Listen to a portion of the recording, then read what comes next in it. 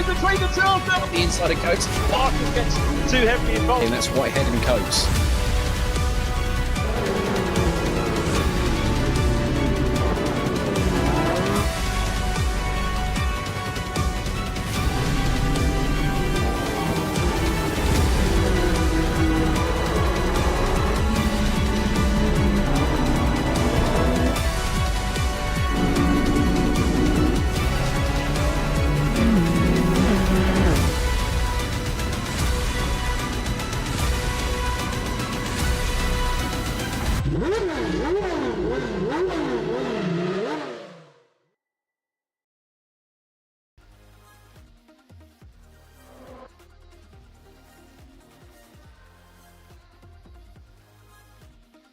The streets of Las Vegas to the Garden of England and Kent, and round 2 of the VRRC World Endurance League in GT3 machinery.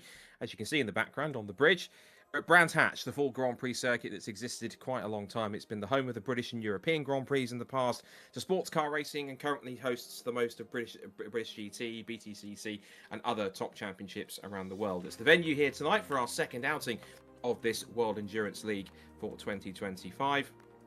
And it's myself, Scott Woodwiss, on commentary. It's not your usual commentator, Richard John Neal. He's otherwise occupied, but normal service will be resumed at the next round, but good to be here.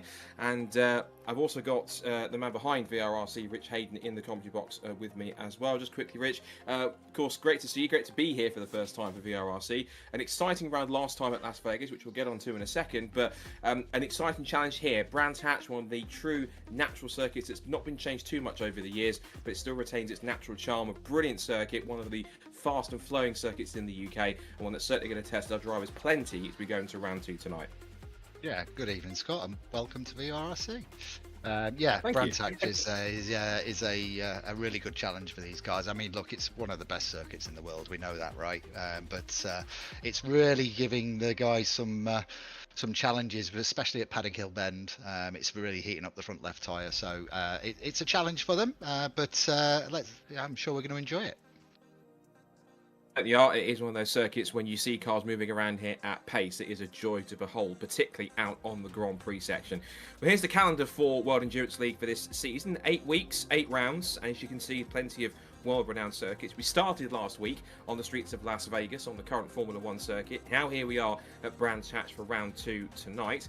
Then RGM will be back in his usual commentary spot, and he'll be in for round 3, which is at the Valencia Street Circuit. Now, unfortunately abandoned and no longer in use, but it's the old school Valencia Street Circuit from the late 2000s and early 2010s. Then we go to the Cathedral of Speed, which is round 4, Monza, the Autodromo Nazionale di Monza, one of the fastest circuits in the world, and certainly it's going to be a place that will put these GT3 cars to the limit. Then you'll hear me again for the second time as we head to one of my personal favourite circuits in the world, Circuit de la Sarthe, the Le Mans 24-hour circuit. Of course, GT3 is now the premier GT class in World Endurance, which means these cars have been competing on the GT3, the Le Mans 24-hour circuit in the actual main event and in the World Endurance Championship, now in their second season after getting in last year. But they're no strangers to that, and it will certainly be a fascinating, possibly one of the highlights of the season. Then we go to another classic circuit for GT3s, one of the most formidable in the world, Circuit de Spa-Francorchamps in Belgium, one of the greatest circuits, certainly going to provide a true test. Then we hop across the border to the Netherlands, and we go to Zandvoort, and the newer Zandvoort, of course, with the new banking and the new sections after the Dutch Grand Prix returned to the circuit a few years ago. And we round off in Asia, one of the best Asian circuits out there, the Sepang International Circuit. The long straights, the flowing corners, the stop-start nature of it is going to be a grand finale for what should be an excellent 8 rounds of the championship. So moving forwards then, going into the championship, of course, last week we had the season opener at Las Vegas, and going into tonight, it is the DK Power Racing pair of Ferraris that top the standings. It's 53 points for Jack Smith, who tops it from his teammate Oliver Gibson with 42, but he's tied for second with Lee Pearcey. who is in third position in the standings. And then it's fourth place for Tom Potter in the Porsche for Triple Team Racing. The Team Carbug squad of Andy Carroll and Scott Bugner are 5th and 6th in the standings, and 26th and 25 respectively. It's actually very congested between 4th down to 8th, covered by just 6 points, as you then have Chris Blakey and Paul Laramie, the Automac Racing pair, in 8th and 9th, 7th and 8th. 9th is Alex Walker in the Team Shift Racing machine.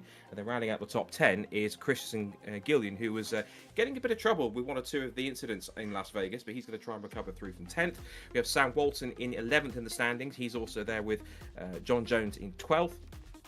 They're both tied on 13 points. Catherine Potter, 13th, ahead of Rich Hayden. Of course, he's not racing tonight because he's with me in the commentary box.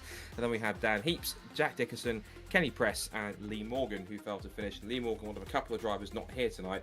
Of course, Rick's not racing, but also we don't have as well Lee Morgan, who had work commitments, and also we don't have as well Sam Walton, who is sadly feeling unwell. So get well soon, Sam. Hopefully we'll see you back on the grid. Fingers crossed, maybe as soon as next week at Valencia. So going into this race, obviously I wasn't at the Las Vegas round, but Rich was. So Rich, take us through as a reminder for those who weren't here or those who saw it but want to kind of relive what happened at Las Vegas. What were the key points and who were the main players from that opening round? Well, I mean, unlike Formula One, it was a Ferrari fest here last week. Yeah, Jack Smith and Oliver Gibson really wrapped it up quite nicely. Lee Pearcey kept them honest. He had a really good showing and actually came second in the second race ahead of Oliver. But Jack had a faultless round, and as a result of that, we ended up giving him driver of the round. So, you know, why not get it out early and give Jack his driver of the round on round 1? I mean, he did. He got pole position, he fastest laps, and he got 2 wins as well. Bearing in mind, race 2 win was from the back of the grid as well, because we do a full reverse. So really good round last week, some great racing, but I am really looking forward to this week's round. Week's round indeed. The Brands Hatch Grand Prix circuit, one of the great British circuits in the world, and it is one that is a true natural test. It's not been changed too much since it was first conceived. Of course, it was first run in the opposite direction of what we now know as the Indy layout, as a grass track for bikes and for scrambling, but now it's become a permanent fixture of the UK and almost world motorsport calendar. Plenty of big events run here. Of course, we recently had, just a few weeks ago, the GT World Challenge rounds at Brands Hatch here, 2 1-hour sprint races, and it's always a spectacle to see them. And of course, we'll see British GT here in a few weeks' time as well, throughout the season for them too. So lots to get onto in this sense. And of course, setting a hot lap around here is always a fascinating thing to see, particularly with its onboard trackside. So let's now take a look at an onboard lap here of Brands Hatch to see how this all looks.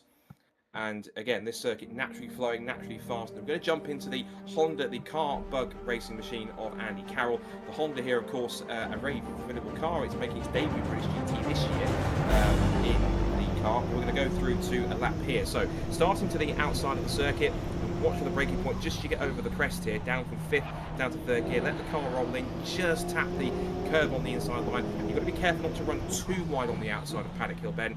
Crest the rise up towards Druid. You kind of take this corner as a bit of a V shape. You aim as you're braking towards the apex and funnel back out, down the hill towards Graham Hill Bend. One of the certain corners in real life, but they do have pressure pads on the outside, so if you do track limits too much, hit that pressure pad, you will get a nice photo of your car in race control. Now you turn left off of what would be the Indy circuit. If you turn right onto the Grand Prix loop, up through Surtees, and now go towards Pilgrim's Drop. You start to accelerate back up through the gears again, 4th up to 5th gear, and then you plunge down towards the first of these 2 very fast right-handers, which is Hawthorns. Of course, very careful. It's slightly on-camp, but you can get dragged out to the outside if you're not too careful. There's a very short grass runoff there. Then you start to plunge downhill, use all the curb on the exit through Stirling's, back up through the gears again. Then you turn here earlier than you think. You turn it right towards the curb for a right-hander machine, then back towards Stirling as you then just use the natural camber to pull you through. But again, there's lots of grass and gravel on the right-hand side to try and take you off the road, under the bridge, back towards the end of the circuit, and this long looping corner here, which is of course Clearways, back through Clark Curve, and you sprint back onto the Brabham Straight. That is a lap of the Brands Hatch Grand Prix circuit. If you can get a good lap time here, you can find yourself potentially towards pole position. Here's lap time for Andy, a 1:20.86. So that's a strong lap time for Andy. Hasn't quite managed that in qualifying right now, but the times at the moment are looking pretty strong. A lot quicker than that at this point in time. But heading into qualifying for our second event of the season, and of course Brands Hatch, a very challenging circuit. We now go to live pictures, and as we see going through the calendar, this is now Paul Laramie, who's currently 8th fastest in the session. Got about 4.5 minutes to go in this session. Short session, so drivers don't have too much time to set a quick lap time here. But of course, given that this circuit does present a few overtaking opportunities on this one, Rich, it is still a fairly narrow circuit in places, so trying to find an overtaking spot here is very much at a premium. If you're going to make a move, you have to be committed to it, otherwise the surrounding grass, the surrounding gravel, if you run out wide onto that, they are waiting. Of course, beyond that, the tyre walls and the barriers are also waiting if you make the smallest slip up on this Grand Prix loop. Yeah, absolutely. I get the one thing about, as you say, Brands Hatch, it's not that narrow, but it's twisty. There's lots of curves. So, you know, what the drivers are having to do is really set up any overtakes well in advance. You know, you've not got your tradition. You know, you've got a couple of straights, but they're not particularly long. And at the end of the main straight, obviously, there's that fast right-hander going into the back section among the trees. So you really have to be quite clever about setting up a car here for overtaking. So someone who might not need to do that too much is our points leader Jack Smith, because he's just gone fastest in the session with a personal best, with the fastest for sector 2 in this run, and he has gone fractionally faster than he was on pole, which is Thomas Potter. Now he'd done about 200 laps worth of practice just before we got into the qualifying session here, so he's got plenty of mileage around here. So not really surprised, Rich, that Thomas is up there in second place, but he had a bit of a slightly tricky round at Las Vegas from what I saw. But it's good to see him on form initially going into these two races here tonight at Brands Hatch, particularly as he's now right amongst the front runners, including our current championship leader. And interesting to see that despite they were pretty quick earlier on, the Ferraris are being broken up a little bit here. Jack Smith fastest, Oliver Gibson only 4th. It's not the Scuderia Brands night so far in terms of qualifying. They're not dominating this as we might have suspected, given the pace they were setting back at Las Vegas. Yeah, exactly. So, I mean, Thomas, last time I looked, he'd done 209 laps of practice. So, you know, it goes to show that putting in the practice actually does pay dividends. Just with regards to the Ferraris, don't forget Jack Smith is carrying maximum ballast. So he's got 40 kilograms, so half a person in the car with them at the moment, extra, depending on the size of the person. But yeah, he's on maximum ballast. Thomas is on 21 kilos. Scott Bugner, who's currently 3rd, is also on 21. Got Oliver Gibson 35 kilos in 4th place, and 5th place Andy Carroll on 18. So yeah, for Jack to be putting that time in with 40 kilograms is still mightily impressive. Certainly is. It's pretty close at the top of the times also. You look at the top 4, only separated by about 0.3 of a second. You've got Jack Smith and Thomas Potter both on 1 minute 20.6s, and then you've got Scott Bugner in the first of the 2 Hondas in 3rd quickest on a 120.9. Again, only fractionally faster than Gibson, as Potter comes across the line and pretty sure to start another flying lap, probably his last flying lap of the session, given that he has only got about 1 minute 30 to go. He might squeeze possibly one more in at the end of this one. He turns his way in through Druids and then down the hill towards Graham Hill Bend, and you might have a bit of traffic here. One of the car bug racing. Chris Blakey's that green first sector, so it looks like he's on a flyer, and also Daniel Heaps behind him has just set a green first sector as well. Yeah, currently 6th is Chris Blakey in the Porsche, so he'll be trying to push as hard as he can. Also green sector for Daniel Heaps, and off there Chris Blakey. Well, he won't set any more faster sector because he's now reversing himself back to the barrier, because Chris Blakey off the road just on the exit of Paddock Hill Bend in the gravel. And I know in real life, if you get in there, you ain't getting out anytime soon. It's quite different in the sim, but you can get easily beached in that gravel in real life. 40 seconds left of the session. And Tom's put a purple first sector in. So maybe we can look at the end of Tom's lap, actually. The Potter then on a fastest first sector of anybody. He's now making his way out of Stirling up towards the bridge and towards the run of McLaren and Clearways as they come up now. So Thomas potentially only needs to find about 0.04 of a second to put himself onto pole position here tonight. He comes up onto the Brabham Straight for what should be possibly his last lap. Cross the line he goes, and he lost too much time in that second sector. So he stays second. His lap time there was a 1:22.669, so it was quick in sector 1, but he either had to back off or found a lot of traffic, which forced him to have to possibly come back and do it again later. Yeah, it looks like he had a track limits issue in the final sector as well. His final sector was red, so yeah. But Gibson going quicker in his personal best in sector 1. We've also seen last laps in for Daniel Heaps as well. He's also going quick in 7th place. It looks as though we're still going to get Jack Smith on pole as we see a frontless. Oliver Gibson's sorry, he set a green first sector, but he lost it in the second. Oliver Gibson staying third and did improve his time slightly. 1 minute 20.84. No, he didn't. His best time was 1:28.40, which was prior to that. But still 4 drivers in the 1 minute 20s. They should be the pace setters tonight as the flag flies on the qualifying session.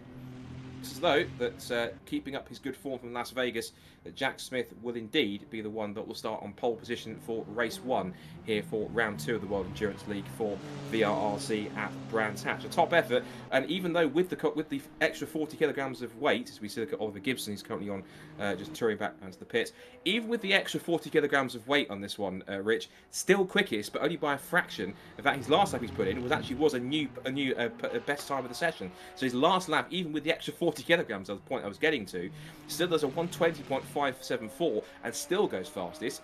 I think you're going to need to do more to stop him, Rich, because he's just that quick. I don't know how he does it. I mean, I've got the Ferrari as well, and I was doing practice laps. I managed to think it was a 20.79 as my fastest lap, but that was with 3 kilograms of ballast. So how he's doing 2.2 quicker than me with an extra 37 kilograms is beyond me. The guy's a true fantastic driver. It's a great drive from great lap there. We say the word superhuman in terms of that pace. It's pretty strong. Okay. Should we go to an advert and then do some interviews? Yes, indeed. So we'll go through the results of qualifying afterwards. But yes, we'll go to an advert for one of our trusted sponsors and partners, and we'll get in with some top 3 interviews from qualifying ahead of race 1 tonight of round 2 of the World Endurance League here at Brands Hatch.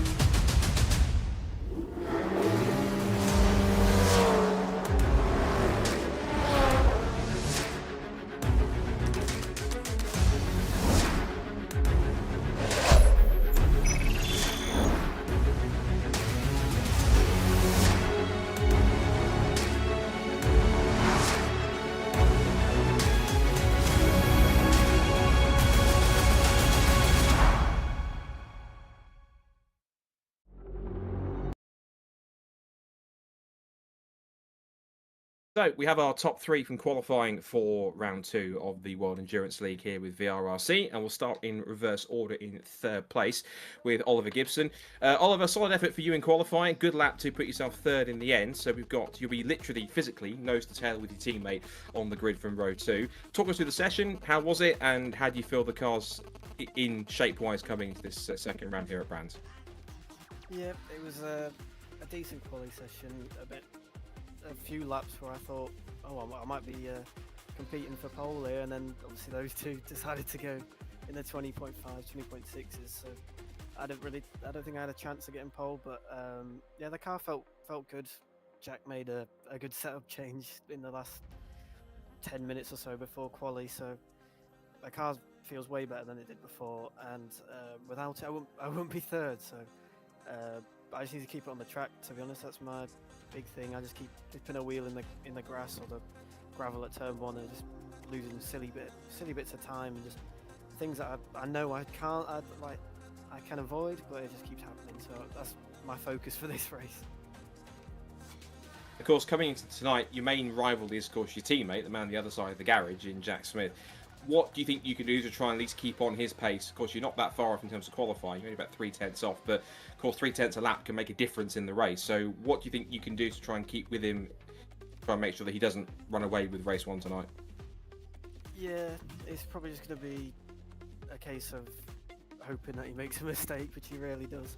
So obviously with this track, I've been off quite a few times, so it's always, it's never out of the picture around here for a mistake. So I'm just going to try and stay as close as I can, and if any mistake comes, then I'll try and make the most of it. But yeah, I think pit stops will probably be the big thing here. The pit lane's got quite a make or break pit entry, so that's the time really, I think, there. And then obviously last week he had a demon stop in I think race 2, so I think race 2, or both races actually.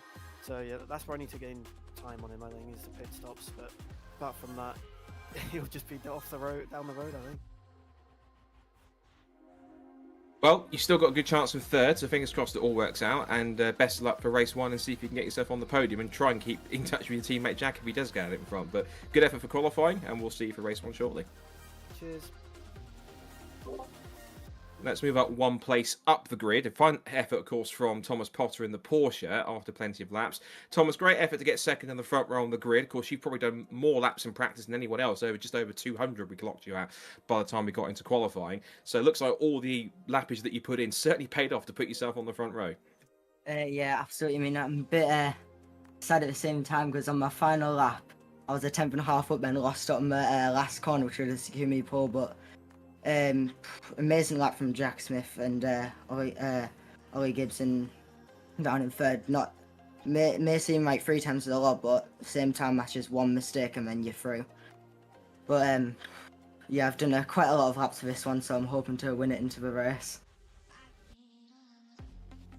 The pace that you had, of course, given the fact you were up and potentially looking to get yourself possibly even pole position, you obviously feel that you've got the similar amount of pace to Jack going into this race. And obviously, are you confident you can carry that through into the race and at least try and keep him honest and at least the opening few laps to make it difficult for him come the pit stops? Well, I mean, what I'm going to say is I didn't come into this round with 200 laps to come in second, so my aim's to win it. I'm confident I've got loads of pace on my, my soft tyres, but I'm still in the middle of debating and go mediums to softs or softs to softs. But I'm coming home with a win one of these races tonight, that's all I'm going to say. Fighting talk from Thomas Potter. I love it. I love the confidence. Right, well, fingers crossed it happens and see if we can back that up with a victory. But best of luck for race 1, and let's see if you can do something to keep up with the pole sitter. Thank you. Great stuff. And let's talk to the man who still doesn't know how he did that, but given that he has got the maximum 40 kilograms of weight, Jack Smith. Jack, even though you don't really have an answer, how on earth did you still get pole position by a 10th with that kind of pace, given you are carrying that extra weight? Yeah, to be honest, mate, I had a session maybe 2 nights ago. I was struggling to get into the 7s, so yeah, to do a 5 in quali as well, yeah, it's pretty mental. So yeah, the last minute change was pretty good. It was something so blatantly obvious that I could just completely miss it. It's transformed the car, so it's a really good find. I've given it Ollie's found it straight away to be better as well. So hopefully, I've not had a chance to do any race runs on this setup, so we'll have to see what happens. But it seemed good enough in quality to be running it. But yeah, we're just gonna get heads on for the race and see what happens. That's interesting. So with a lack of race running, do you think that are you confident you can at least carry the majority of this pace in on a consistent basis? Do you think that potentially someone like Thomas, who's done a lot of laps, therefore he'll know kind of what pace to run at? Do you think maybe he might be your biggest threat, particularly going into Paddock Hill Bend at the start of the race? Potentially, but the way I'm doing my race, I'd run lowish fuel anyway, so we're gonna split the fuel over 2 stints, and yeah, the car shouldn't be too dissimilar to qualifying. But yeah, the setup just makes the car a bit more stable, gives it a bit more rear end grip, so it's made it a little bit more predictable, which I'm hoping will be meaning an even better race car. So yeah, we'll have to wait and see. I'm sure it'll be a good one. Right, we'll let you go and get lined up for race 1 then. So best of luck, fingers crossed from pole, and who knows? I'm sure at least on the podium we might be speaking to you later on. But let's see how you get on, and fingers crossed for race 1. Thanks, Jack. Cheers, mate. Thank you. So, drivers are heading off. They'll be heading off in a few moments' time. We've got roughly around about 90 seconds until the countdown for lights gets underway. And just quickly running through the order they're going to start then. So, Jack Smith will start from pole position with Thomas Potter alongside him on the front row of the grid. Oliver Gibson and Scott Bugner then come next on row 2. It's the second of the Hondas on the third row of Andy Carroll. And then next to the Porsches, Chris Blakey. It's then an all-Porsche fourth row with Daniel Heaps and Paul Laramie. by Christian Gillian, who wants to try and keep out of trouble after he racked up 3 visits to the clerk's office at Las Vegas last time out. He starts alongside the Ferrari of Alex Walker. Then we get to John Jones and Jack Dickerson, followed by Catherine Potter and Kenny Press.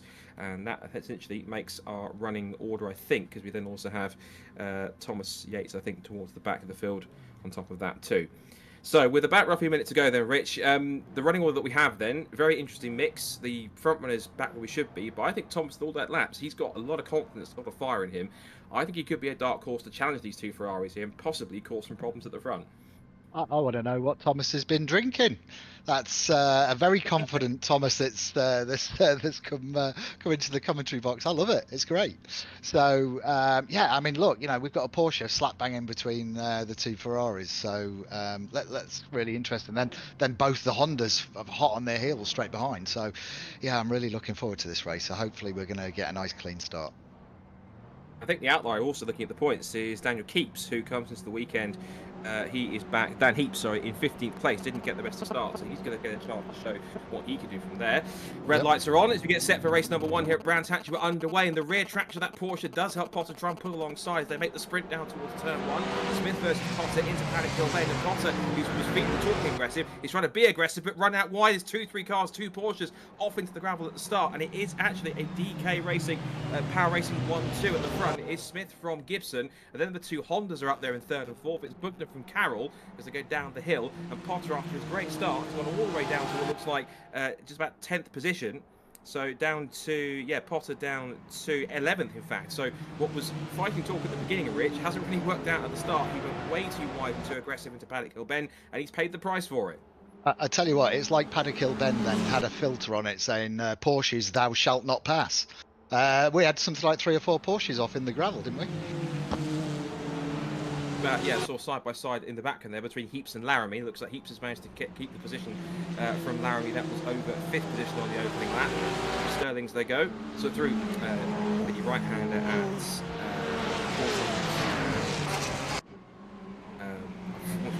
corner. I'll come back to it in a second. So this is through Sterling, so the left-hander. Ferrari's trying to pull away here, but it looks as though that Scott is trying to go with them in the first of the Hondas. He's not letting the 2 Ferraris pull away that much. He's got the gap on his team Carroll in 4th position. There's Alex Walker on the Ferrari in 7th place.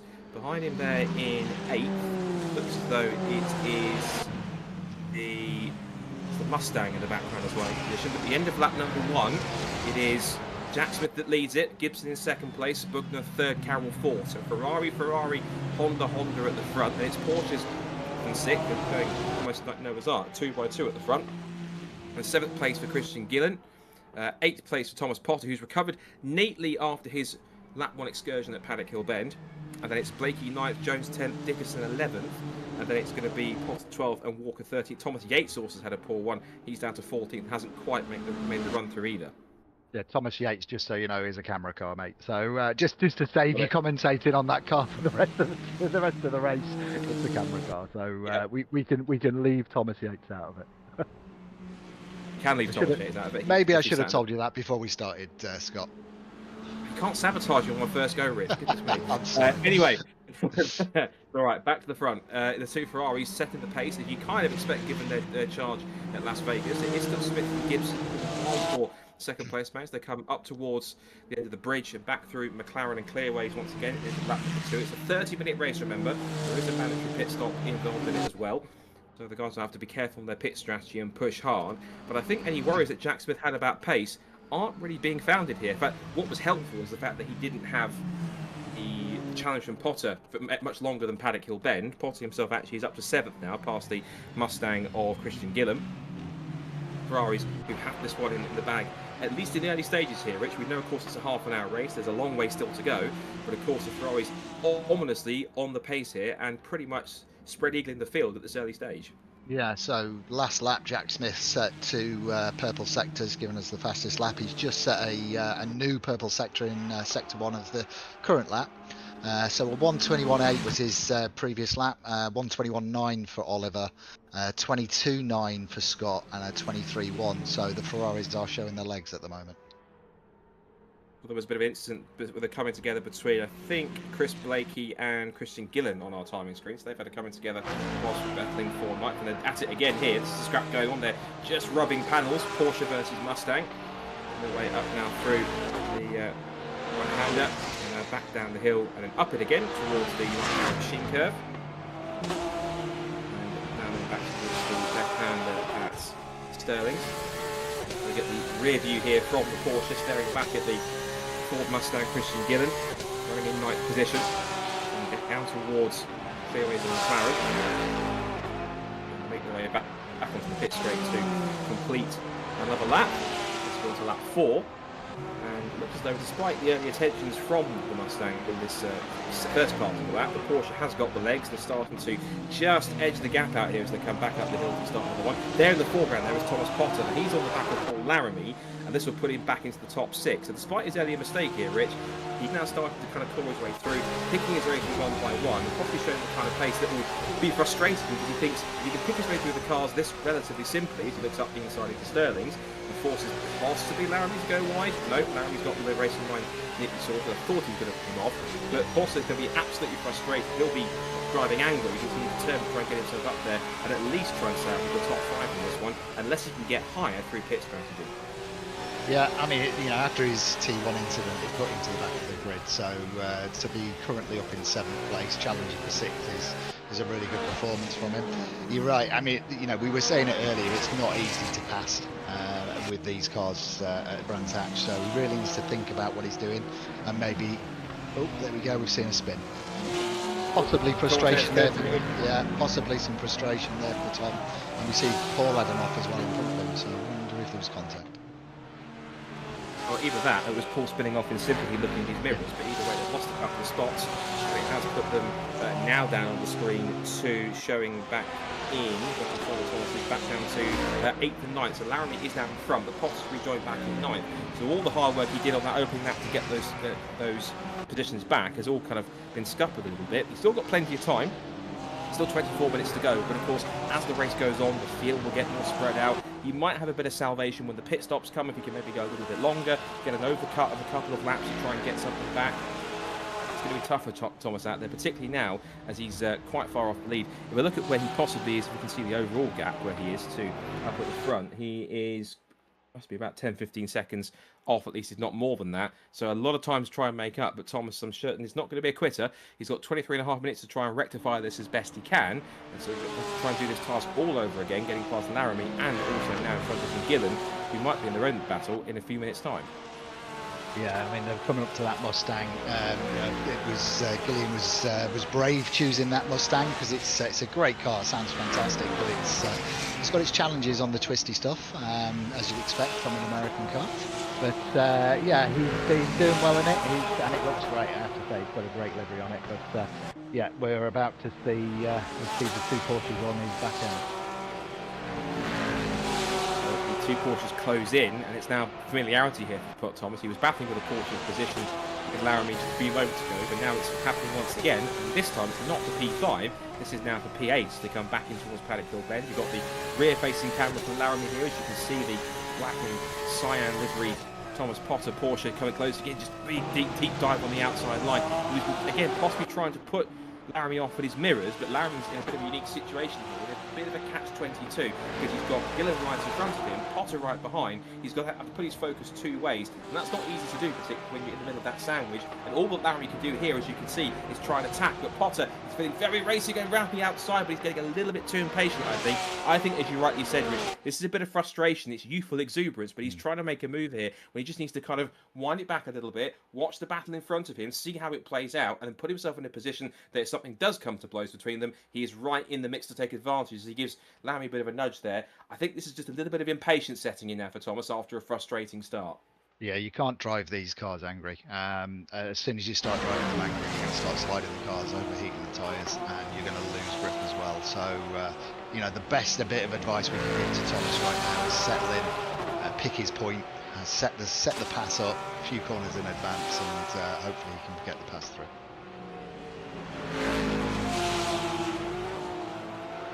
Well, that's Paul off.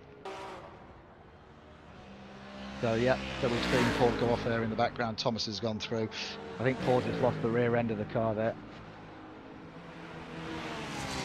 We have the microphone was muted there when that happened. So Potter, and in fact, he's been more frustrated. Round he goes at Paddock Hill Bend.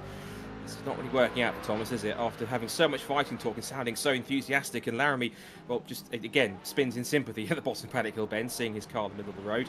He's now got to try and deal with the Porsche behind. He's trying to go down the outside, which was in fact Catherine Potter, his sister, I think. So he has now got both the Potters now. Looks like outside the top 10, and not quite where they would want to be at this point.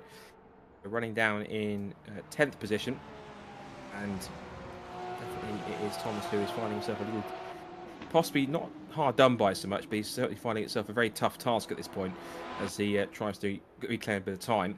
Now about third into the race, and Potter, who just let that frustration and youthful exuberance get to him a little bit too much, and as a result of that, he now finds himself in clear air, but miles off the lead, and certainly going to have to hope for a slightly minor miracle to try and get even a solid result here tonight for race 1, and try and reset a little bit for race 2. Maybe this is a bit of possible, what I like to call a well-publicised test session here, Rich, for him for race 2, to just settle in, just calm down a little bit, and just get back into the groove and find that pace that he managed to find after some 200 odd laps in practice. He can do that in this race, but he might possibly have to treat race 1 as a little bit of a write-off. Yeah, exactly. And as we go back to the leaders, what we got, the gap is about 2 seconds between Jack and Oliver, and then we've got another 4 seconds back to Scott, with Andy Carroll keeping Scott honest.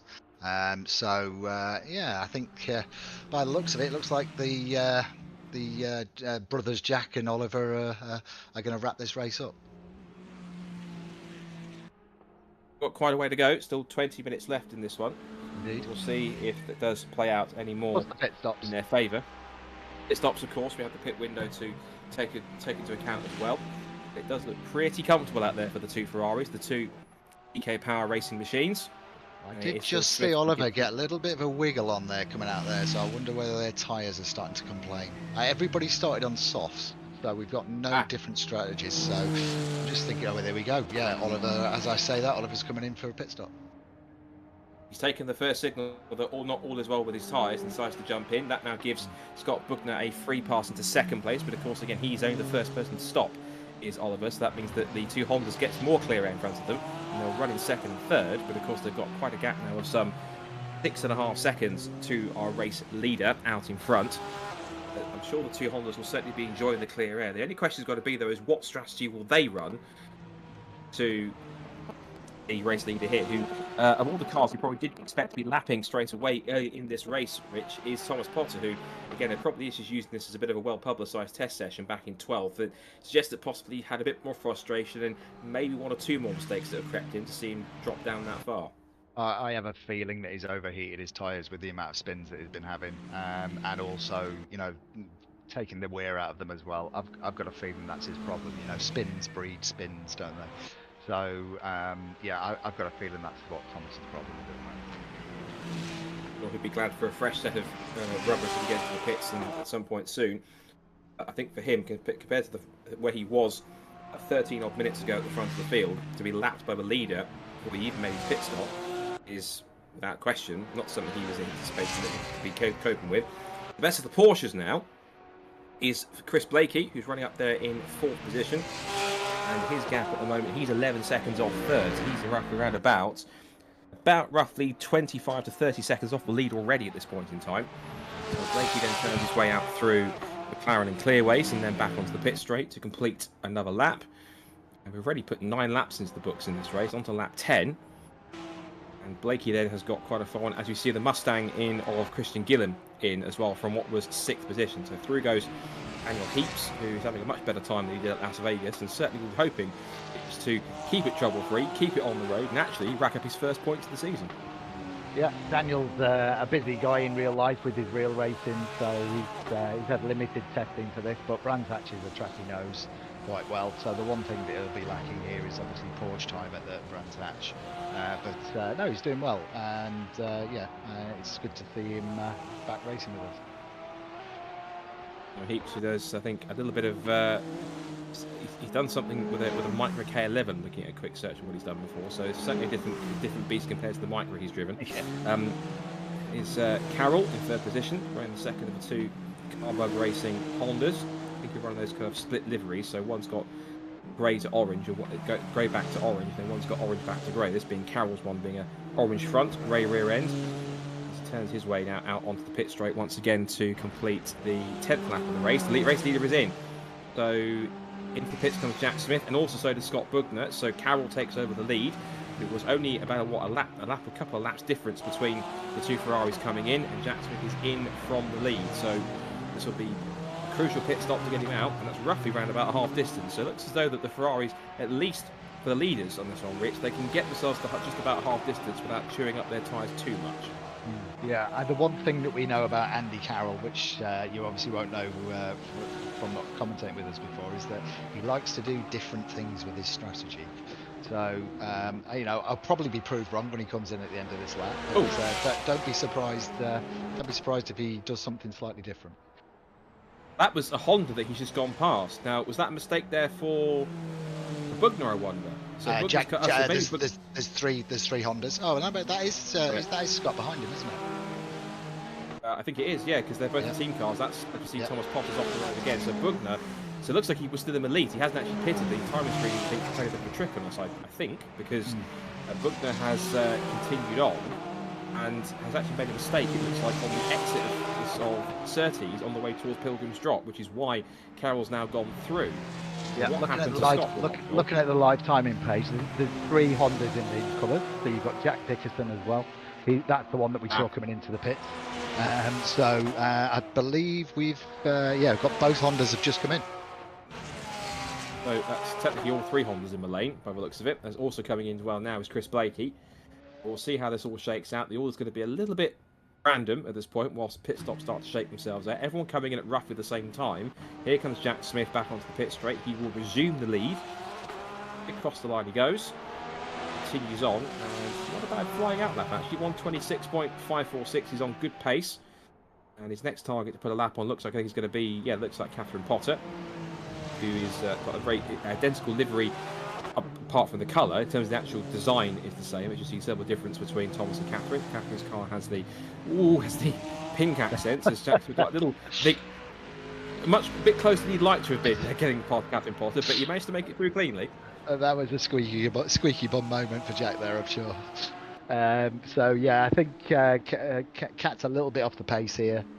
So I'm not sure how many laps practice she's been able to do, but that was maybe she could have given a better place for Jack to go through, but he managed it and he's clean, so all's well.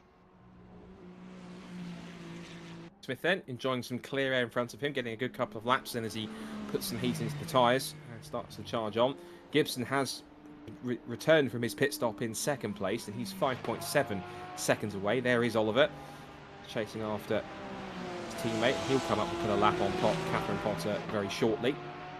So interestingly, Oliver changed to the medium tyre in his pit stop, and Jack's on the softs. Andy Carroll and Scott Bugner both on the softs as well. So, in fact, looking down the live timing, everybody's pitted now, and there is only Oliver that's gone onto the mediums. Very interesting, because if he's able to push these with a little more confidence and actually run them a little bit harder, maybe his tyres might be in slightly better condition by the time he gets to the end of the race. The gap is 6.3 seconds at the moment as he comes through Druids and down the hill towards Graham Hill Bend. So I wonder, that's going to be a key thing to look out for. The pace of Gibson, and if he can possibly start to reel Jack back in. You know how quick both of them are. Of course, Gibson started third on the grid. Jack was on pole despite the maximum 40 kilograms of ballast. So this is going to be quite a fascinating dynamic between the two DK Ferraris as they come down the hill towards Hawthorns. And then I remember the other corner. It's Westfield. I should have known that, but it's Westfield. I was trying to call it Sterling's, but that's two corners round, so I need to get that right. I should know that better, given that's my local circuit at the moment. So do better next time. That's me talking to myself. Paul Larry, meanwhile, in ninth position, chasing down John Jones in his Porsche, so there could be a possible change on for position quite soon. And Laramie's on the comeback trail after he had a couple of, well, let's just say, sympathy spins, given that he was battling with Thomas Potter a couple of times, and the last spin he had was literally just spinning by himself by seeing Thomas's car in the road in front of him. Laramie now trying to be on the comeback trail, and if he can keep this pace up, he might well start to catch John within a lap or two and put a pressure on for 8th position. But the one thing about this Porsche is, having the engine all the way at the rear of the car is it's quite rear end heavy. So if you do have to hammer on the brakes halfway through a corner, you're more than likely going to see the rear end coming round on you.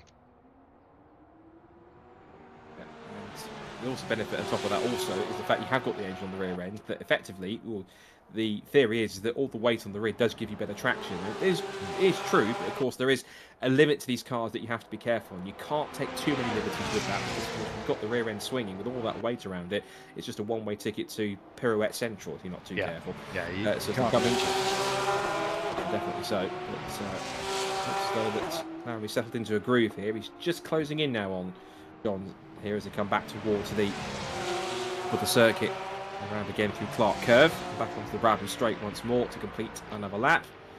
This will now be 13 laps completed, onto that 14 of this first of 2 races tonight for the VRRC World GT Challenge. And Larry was feeling a bit ambitious there in towards paddock. He closed in under braking, but he's run a little wide and given a couple of car lengths away back to Jones to come back through the right-hander of Druids and back towards Graham Hill Bend. You can just see in the background also the recovering Thomas Potter, who's still running 12th. We do have one non-finish and one DNF in this race, sadly. That's Alex Walker, who retired earlier on. I did see in the dive timing he had a bit of a... It's an incident with environment, so it looks like he had an off somewhere and possibly hit the tyres and damaged his car a little too much. As now we see Laramie lining up for a move. He might have to go outside. He's got no choice because John Jones has got the inside defensive, but round the outside goes Paul Laramie. Although it looks to me a little bit, not saying it was, but a little bit possibly, Rich, that John kind of gave him that position rather than fought it too much. Just the way he kind of just backed off going in towards Hawthorne suggested that he wasn't prepared to fight and thought, look, you're a different pace than me. I'm not going to fight. You just go through. Let's just make it through to the end of the race, and you can go about your race. I can go about mine, and we'll all get to the end of the race. But a little bit of local knowledge for you again. John Jones doesn't let anybody through. Right. The one thing about John Jones is he will defend to the end. So whether Paul just had the speed on him and was able to get all the way around the outside, I think that's probably more likely given that situation. But John is well known for having a wide car. Didn't make it wide enough for Paul Laramie in that sense. Not on that occasion, no. But way too much speed in him in that occasion, so it was a pretty impressive outside move for him then. I did notice looking at the move, it looked as though John braked a little bit earlier than Paul was anticipating, so he went, okay, well, if we're going to make it that easy, I'll just sail around the outside of you and just make it pretty simple. So up into 8th place he goes, and the next task is to try and see if he can catch possibly, well, I say possibly catch Daniel Heaps, but he's some 16 seconds up the road, so I don't think that's going to happen with 8.5 minutes to go, touch wood, unless he makes a mistake at some point. And we have seen Porsches make spins, including Paul, of course, and Thomas and others have hit problems. So it's not impossible, but I think highly unlikely at this point of the race. Out in front, and back to our scrap here, looks like within the 2 Hondas for 3rd and 4th. Carroll and Bugler together, separated by about 1.5 seconds, and lap time wise, it's just trying to close in that gap a little more. So I wonder possibly if Bugner might have a little more pace here, and whether or not, because Bugner was in front of Carroll at one point, so I wonder if there's going to be intra teammate battles at Honda here between the 2 cars, battling over that final podium spot, Rich. Yeah, quite possibly. And look, these 2 guys do actually work very well as a team. Last lap, Scott had 0.2 of a second on Andy, so that could have been anything. Could have been slightly too much wheel spin for Andy coming out of a corner. So I would say they're pretty evenly matched at the moment. But they definitely don't fight each other when they get on track. Obviously I'm not privy to their specific strategies, but they're not. They don't battle each other too hard when they get together. We say that now, but of course when they do get on track together, it could be a completely different story, and that could still got 7 minutes to go to decide whether that happens.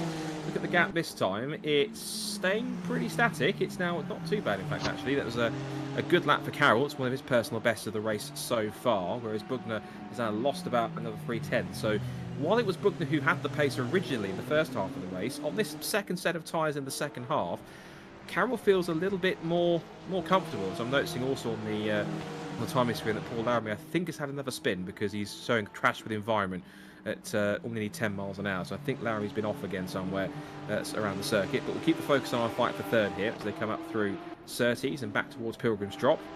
And the two Catbug Racing Hondas, not in direct combat, but in terms of the gap going back and forth. So at the moment it's going fourth because Harold is pulling up the gap a bit more. It's now 2.1. So even in this first sector alone, Rich, he has the pace. He's pulled another 3/10.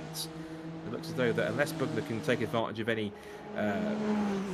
tyres towards the end of this race when we get towards the checkered flag, it looks as though at the moment that Carroll has got the pace advantage and is being able to keep his teammates at bay for the remainder of the race, we hope. Yeah, I think we're probably seeing the burn off of the fuel effect here because Andy's just set his personal best in Sector 1 with just under 6 minutes of the race left to go. So quite possibly his car's a little bit lighter now. Maybe he really heavily fueled it at the beginning of the race, and now we're seeing it burn off, and he's getting the benefit of that when it's lapped on.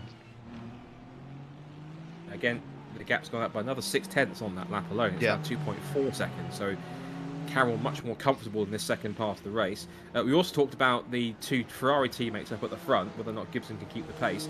The answer at the moment is a firm no, because on the soft tyres, Smith has now put himself out to nearly a 14-second lead gap over his teammate. So again, even with that extra weight, it's not stopping Jack at all. He looks like he's on course for another victory this season in this early part of the year. It's interesting, isn't it? I think the time gap between softs and mediums is about 3/4 of a second per lap. Obviously, track dependent. So it's interesting that Oliver went on to those mediums. It'd be interesting to see if it was a mistake or whether he just didn't like the softs and he felt that he needed to go into the mediums. I guess we'll get the opportunity to ask him that in the interview. We certainly will.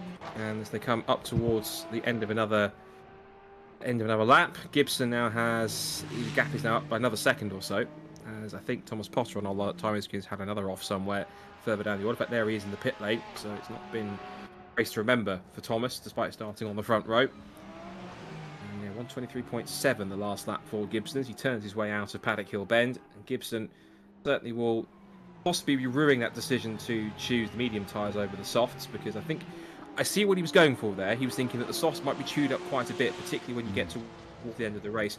What you have to remember is a very good point that you made just now, Rich, is that, of course, the fuel will start to burn off, which means that on these softer tyres in the second half of the race, and of course the track's going to be more rubber, there's going to be more grip being laid down, so therefore the tyres aren't going to be taking as much punishment as they would be right at the start of the race, where there's still rubber to be laid down and you're on a car that's fat with fuel. So ultimately it looks as though that the choice for the soft is a much better decision, but I could see where Oliver was going with that one, trying to go for the mediums to be a bit cleverer and try and benefit on some of the other cars that they were struggling on their softs to start to fade backwards. But it looks as though I think possibly this is more a lesson learned for race 2 for Oliver, I think. Yeah, possibly. I think the other thing is the soft last about 14 minutes. And we saw, if you remember rightly, Jack came in at 16 minutes to go, and Oliver came in before that, which is about right for when the softs were about to go off. Maybe and by the way, when the softs go off, they fall off a cliff. So it might be interesting to see whether Jack's going to be really struggling in the last lap.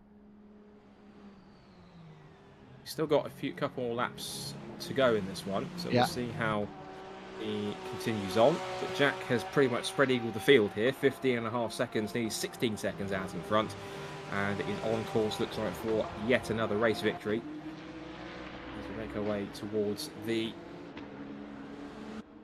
end. Midway through another lap, we've completed 15 laps. We're on lap 16 here at Brands Hatch. No, sorry, 19 laps. I was looking at his race number. We're on 19 laps. We're on lap 20. Correct myself. I watched the race number and looked at it way too closely. Anyway, 2.5 minutes to go. So I think we're on course possibly for 2 more laps here. Could cross the line with roughly round about, I'd say, 150, 145 to go, depending on how quick he is through this section of Sheen and through Sterling's. You see the brake distance on the front of that car glowing cherry red as he stands on the anchors to slow the car down for the left-hander at Sterling's. It pulls him through on the left, then all the way through back to the right-hander at Clearways, swing back out onto the pit straight, and get across the line with about roughly 1 minute and 50 odd to go. So 2 more laps in store for our race leader as we now come towards a possible battle here for 7th between Daniel Heaps and John Jones. And you mentioned, Rich, that John is not one for easily giving position away to anyone. So let's just see how hard he defends and how wide he makes that Porsche against his fellow Stuttgart runner as he tries to make his way through. And again, I think it's proving true, even though he ran wide, he's not going to give it to him very easy, is he? Although you might have to give it to him here if he's run wide. That was a pretty straightforward pass, but I'm sure that John was thinking, I didn't want to give that up that easily, but it was his own mistake that led him through, and unfortunately it sees him drop another place down to what is now 8th. Yeah, so what we've got left now, so yeah, we definitely have another couple of laps to go. So where are we? Jack's just on the back end of the circuit at the moment, so he'll definitely cross the line before we get to 0. So this lap that he's on and one more, and then let's see if his tyres are holding on.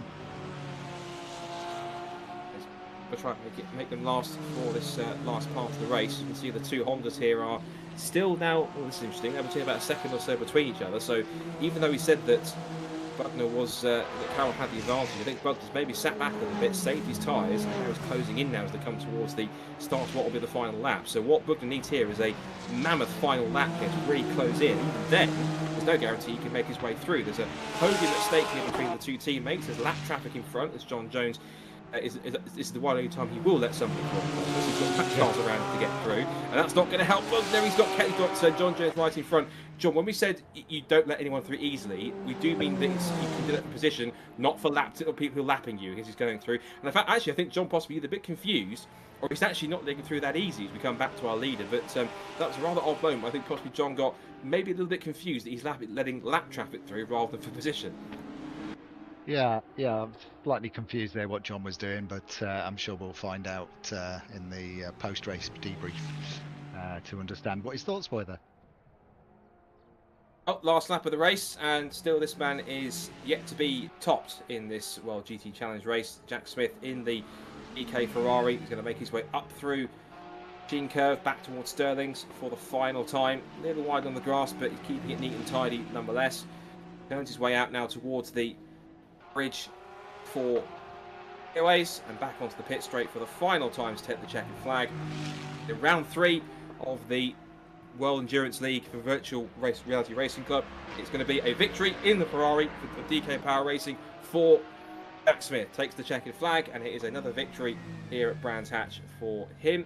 And some 16 seconds down the road, we will find his teammate Oliver Gibson, who will make it a 1-2 for the team. And we'll certainly be pleased with their efforts. And brings the 296 up the checkered flag, and it is a 1-2 lockout for the Ferraris at the front. And then Carroll does hold on to third place because Bugner's some 10 seconds back. Something's happened to Scott on the final lap there. We saw him getting held up with John Jones, but either, again, frustration or just a mistake somewhere getting past somebody, but it's cost Bugner a potential podium, but he has to come through in 4th. This is Chris Blakey, best of the Porsches in P5. Then in 6th place, a very quiet race of Christian Gillen in the Ford Mustang, who probably didn't expect to be as, say, sort of possibly as high up as he was, but even so, a good effort from Christian to make his way towards the flag, and a good effort from the Mustang to get himself into 6th. That'll be the Heaps in 7th place, John Jones with his stringent defence of several drivers in 8th, Paul Laramie in 9th, and then it'll be the 3rd of the Hondas of Dickerson rounding out the top 10, and then we have the Potters, who are, I think, in the place they didn't want to be, which is the tail of the field. Catherine ahead of Thomas. It really was a race to completely forget for Thomas, so he'll have to try and reset and come back for race number 2. And Rich, an excellent drive from Jack once again, good strategy, and even though Oliver tried the alternative tyre run, didn't quite work out at the end, and Jack once again on the softs, again with maximum weight. Even he doesn't know how he does it. Yeah, I mean, it was a really good performance from the two guys there. So looking forward to seeing what they've got to say. So let's go to an advert break and then we'll have a chat with them.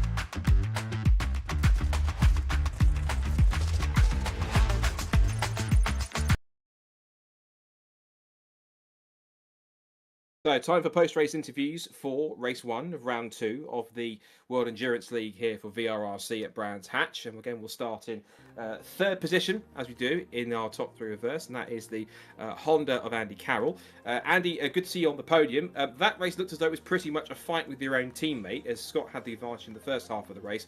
But then, what do you think changed in the second half that allowed you to really get yourself in front and also stay in front despite a late challenge? Well, the fact he spun on his end lap helped.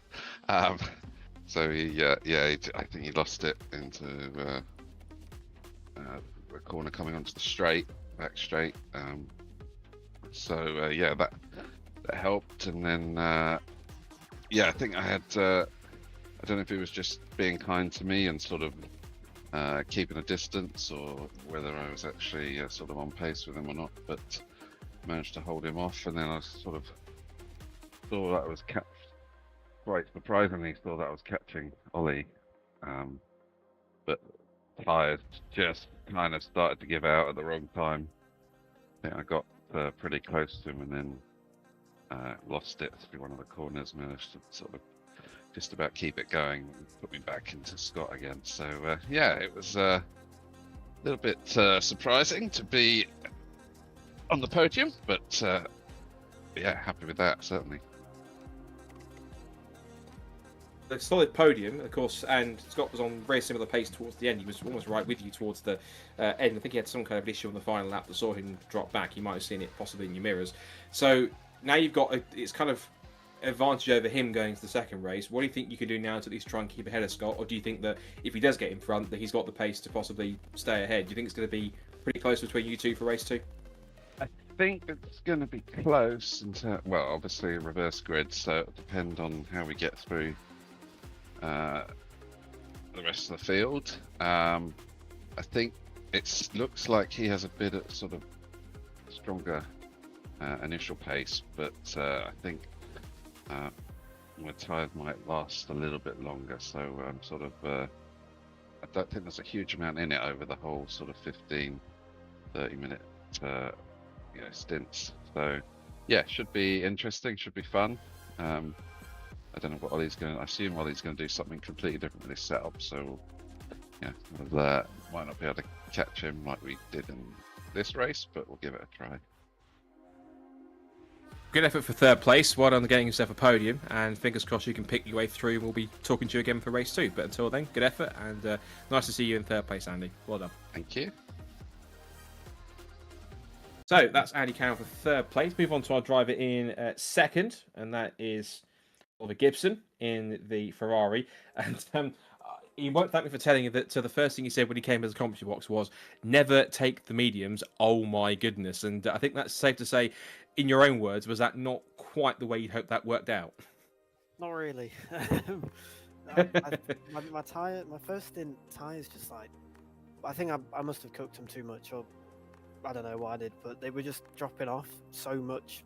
Like Jack was just going away, and I was like, I need to do something here. So I went a bit risky and tried the mediums, and it shows why you should practice race runs, because if I'd practiced race runs, I'd know the mediums weren't very fast. They were fine when I first came out, and then maybe like 2-3 laps later, I was like, big mistake. So, and I just saw Andy and Scott behind me were gaining about a second a lap. I was like, this might be a bit close at the end, but then on the back straight towards the end, I saw a lot of grass get kicked up in my mirrors. I was like, might have saved me that, but never again, and especially not in this race.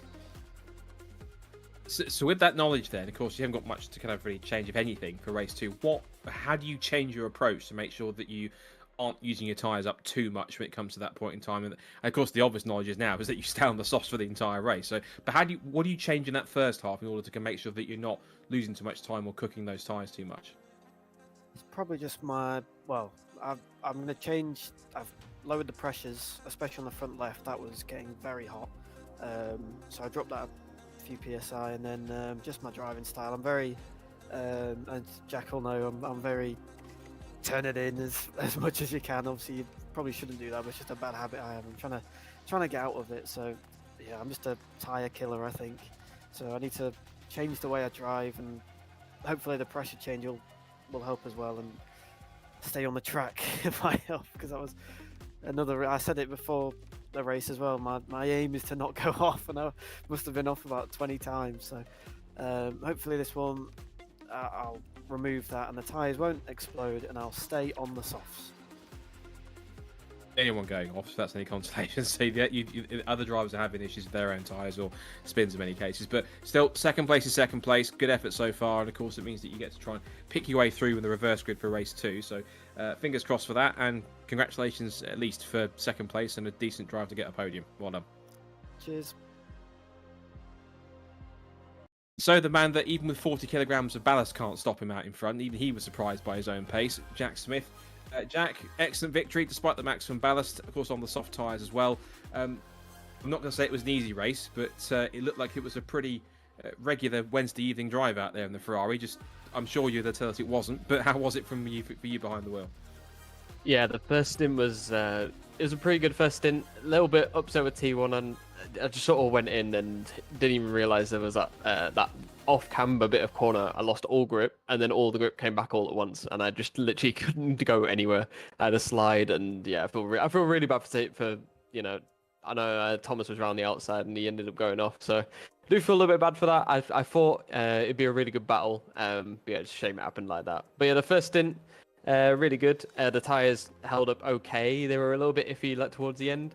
But yeah, no, it's a decent first stint. The car feels really planted with this new setup. I just sort of pulled back my braking points a bit, and it really helped. So yeah, it made the car a lot more stable throughout the stint, and the pace wasn't too far off. So I left a little bit on the table, but I think it's better safe than sorry here at Brands.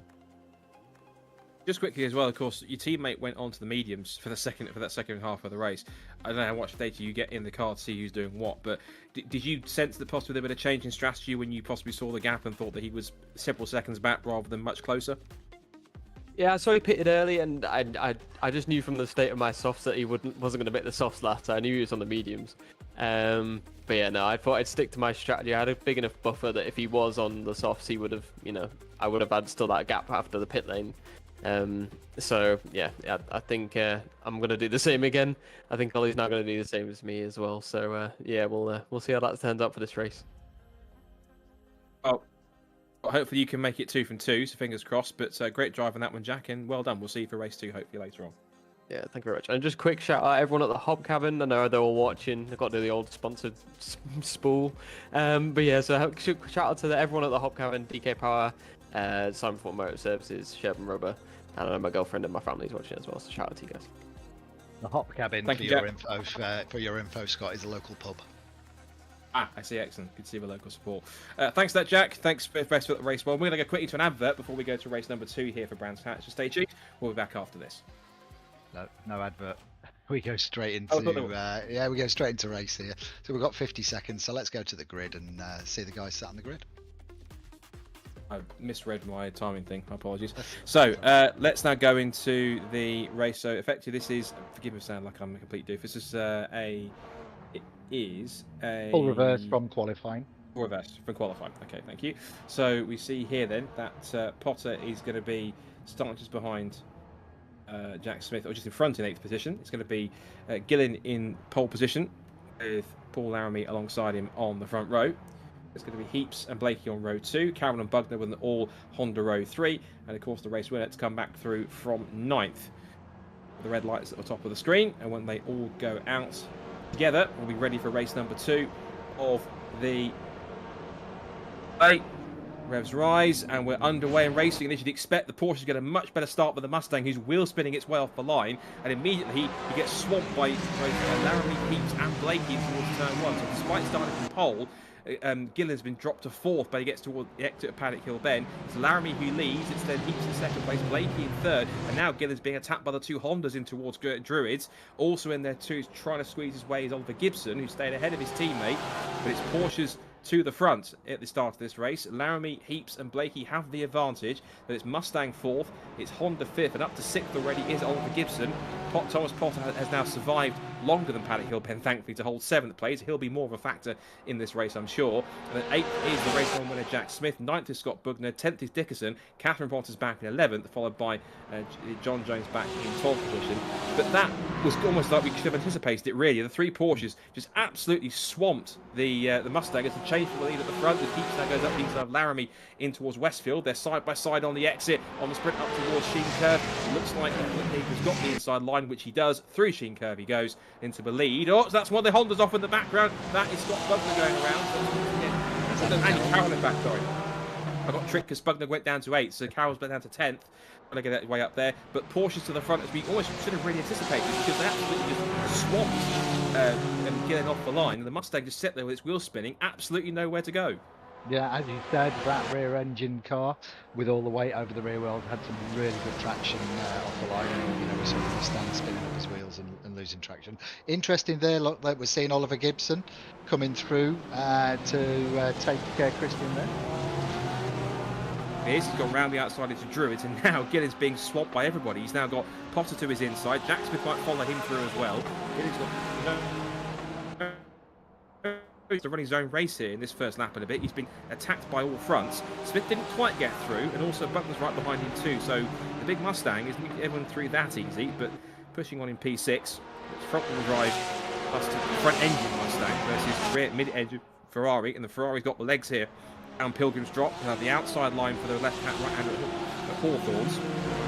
Whilst that was happening, there was a possible change on for second between Lowry and Blakey. They were pretty quick, and Blakey's looked to the inside, darts out to have a peek in towards Westfield, but can't make it stick, and Gideon's still being bullied around here. He's now got Bugner right to his outside. Gideon's probably sat there thinking, can I just have one corner where I'm not being attacked by someone? He started on pole, and after almost 2 laps, he's down to 8th. Yeah, he's had a tough first couple of laps, hasn't he? Yeah, he did get swamped. And you know, the one thing is when you get swamped, you're offline. You're looking for what other cars are coming through. You're looking to make sure that you're not sitting off one of the cars that's coming through. And it's very, very easy once you get swamped to go backwards very quickly. End of lap 2. It's Heaps that leads. Laramie second. Blake in third position. Gibson attacking for 4th as they come through. Druids now to start lap 3. And Potter's now in 5th position, so he survived that one excursion from race 1. He's now in the mix now, splitting the 2 DK Power Ferraris. Potter now having a better time of it here, and now he gets a chance to really show his pace, and he couldn't really do, and just had to sneak his nose up the inside at Surtees to get past Gibson, who was a little bit offline. Slots back in, but that's lost him momentum. And you see Potter just posturing around the rear end of Gibson's car, Potter looking one way or the other. Smith's doing the same, just darted out, put himself into the mirrors of the Porsche. Out of Hawthorns again, just puts himself in the mirrors towards Westfield. He's trying to distract Oliver a little bit here, because like we had before, a bit of a catch-22 situation. We've got Gibson trying to attack Blakey, but also fend off Potter behind him. And then through all of this, you've got Jack Smith who's tail of his queue. And certainly here, this one, if he can pick his way through a bit quicker, he's not necessarily going to stay there for long, back in 6th position. Yeah, Thomas is looking very racy, isn't he? So it's quite interesting to hopefully he can keep his head and we don't get any spins here and we get a really good race from Thomas, because he's got some fantastic pace. Enough to take the race to both the Ferraris of Jack and Oliver. So let's hope we get a nice clean race, and yeah, it looks like Thomas is, he's doing well. He's really got the pace of these guys in front of him, so good luck to him, and hopefully he can keep up the track. Looks to me as if Laramie's becoming the unintentional cork in the bottle here, because Keeps is now 1.5 seconds up the road. Laramie's the one that's doing all the defending. Blakey's been putting an attack in for the last couple of laps. Then you have that very rapid trio of Gibson, Potter, and as they come up now onto the back course of the circuit through the GP loop. And Potter is trying to put a goal on the attack here. Gibson's a tiny bit loose going into Surtees, and again Potter had a look, just trying to again put himself into his mirrors. Same there for Blakey, trying to distract Laramie for position.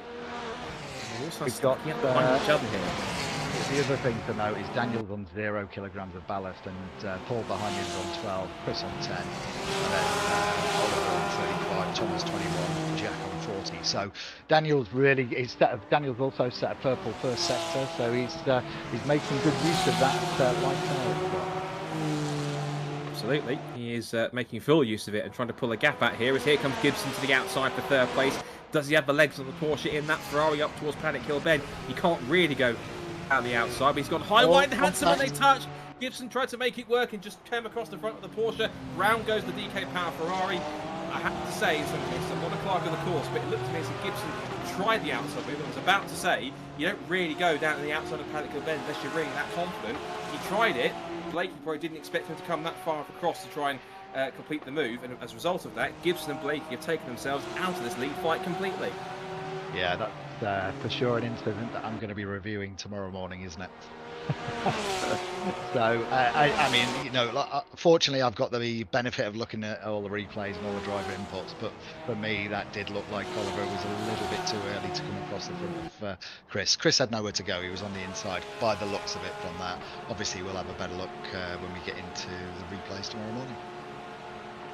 Do call it the high, wide, handsome line down the outside of Paddock Hill Bend in reference to the late, great Brian Jones, who always used to make that move at the Formula Ford Festival. But in any case, it's going to be pretty key to see if Daniel Heaps continue to extend this lead a little further. We're looking here at fifth place Scott Bugler. The lead group starting to spread out a little bit. We've lost two of our contenders from that group. Blakey's there in the background in 6th position. Gibson's down to 9th. So his race has taken a very sharp nosedive. You see here Bugner making his way through, but a possible change for second. Here we go again. This is now Laramie defending from Potter. If he can get the undercut here on the exit, but he gets very wiggly, touches the curb and loses the back end. And here comes Jack Smith. 2 was on the grass, side by side up towards Druids. He's going to give it up that easy. Not quite. They go wheel to wheel on the exit of Druids. Over the curb goes Potter, but he's got track position for the next corner, which is the left-hander at Graham Hill Bend, and back through.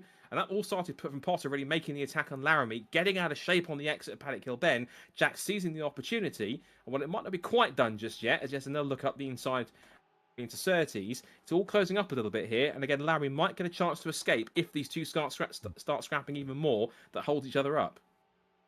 Yeah, so Jack's got the outside line then, but what you're seeing there is the weight that's holding him back there on the straight. He wasn't able to pull alongside fully, was he?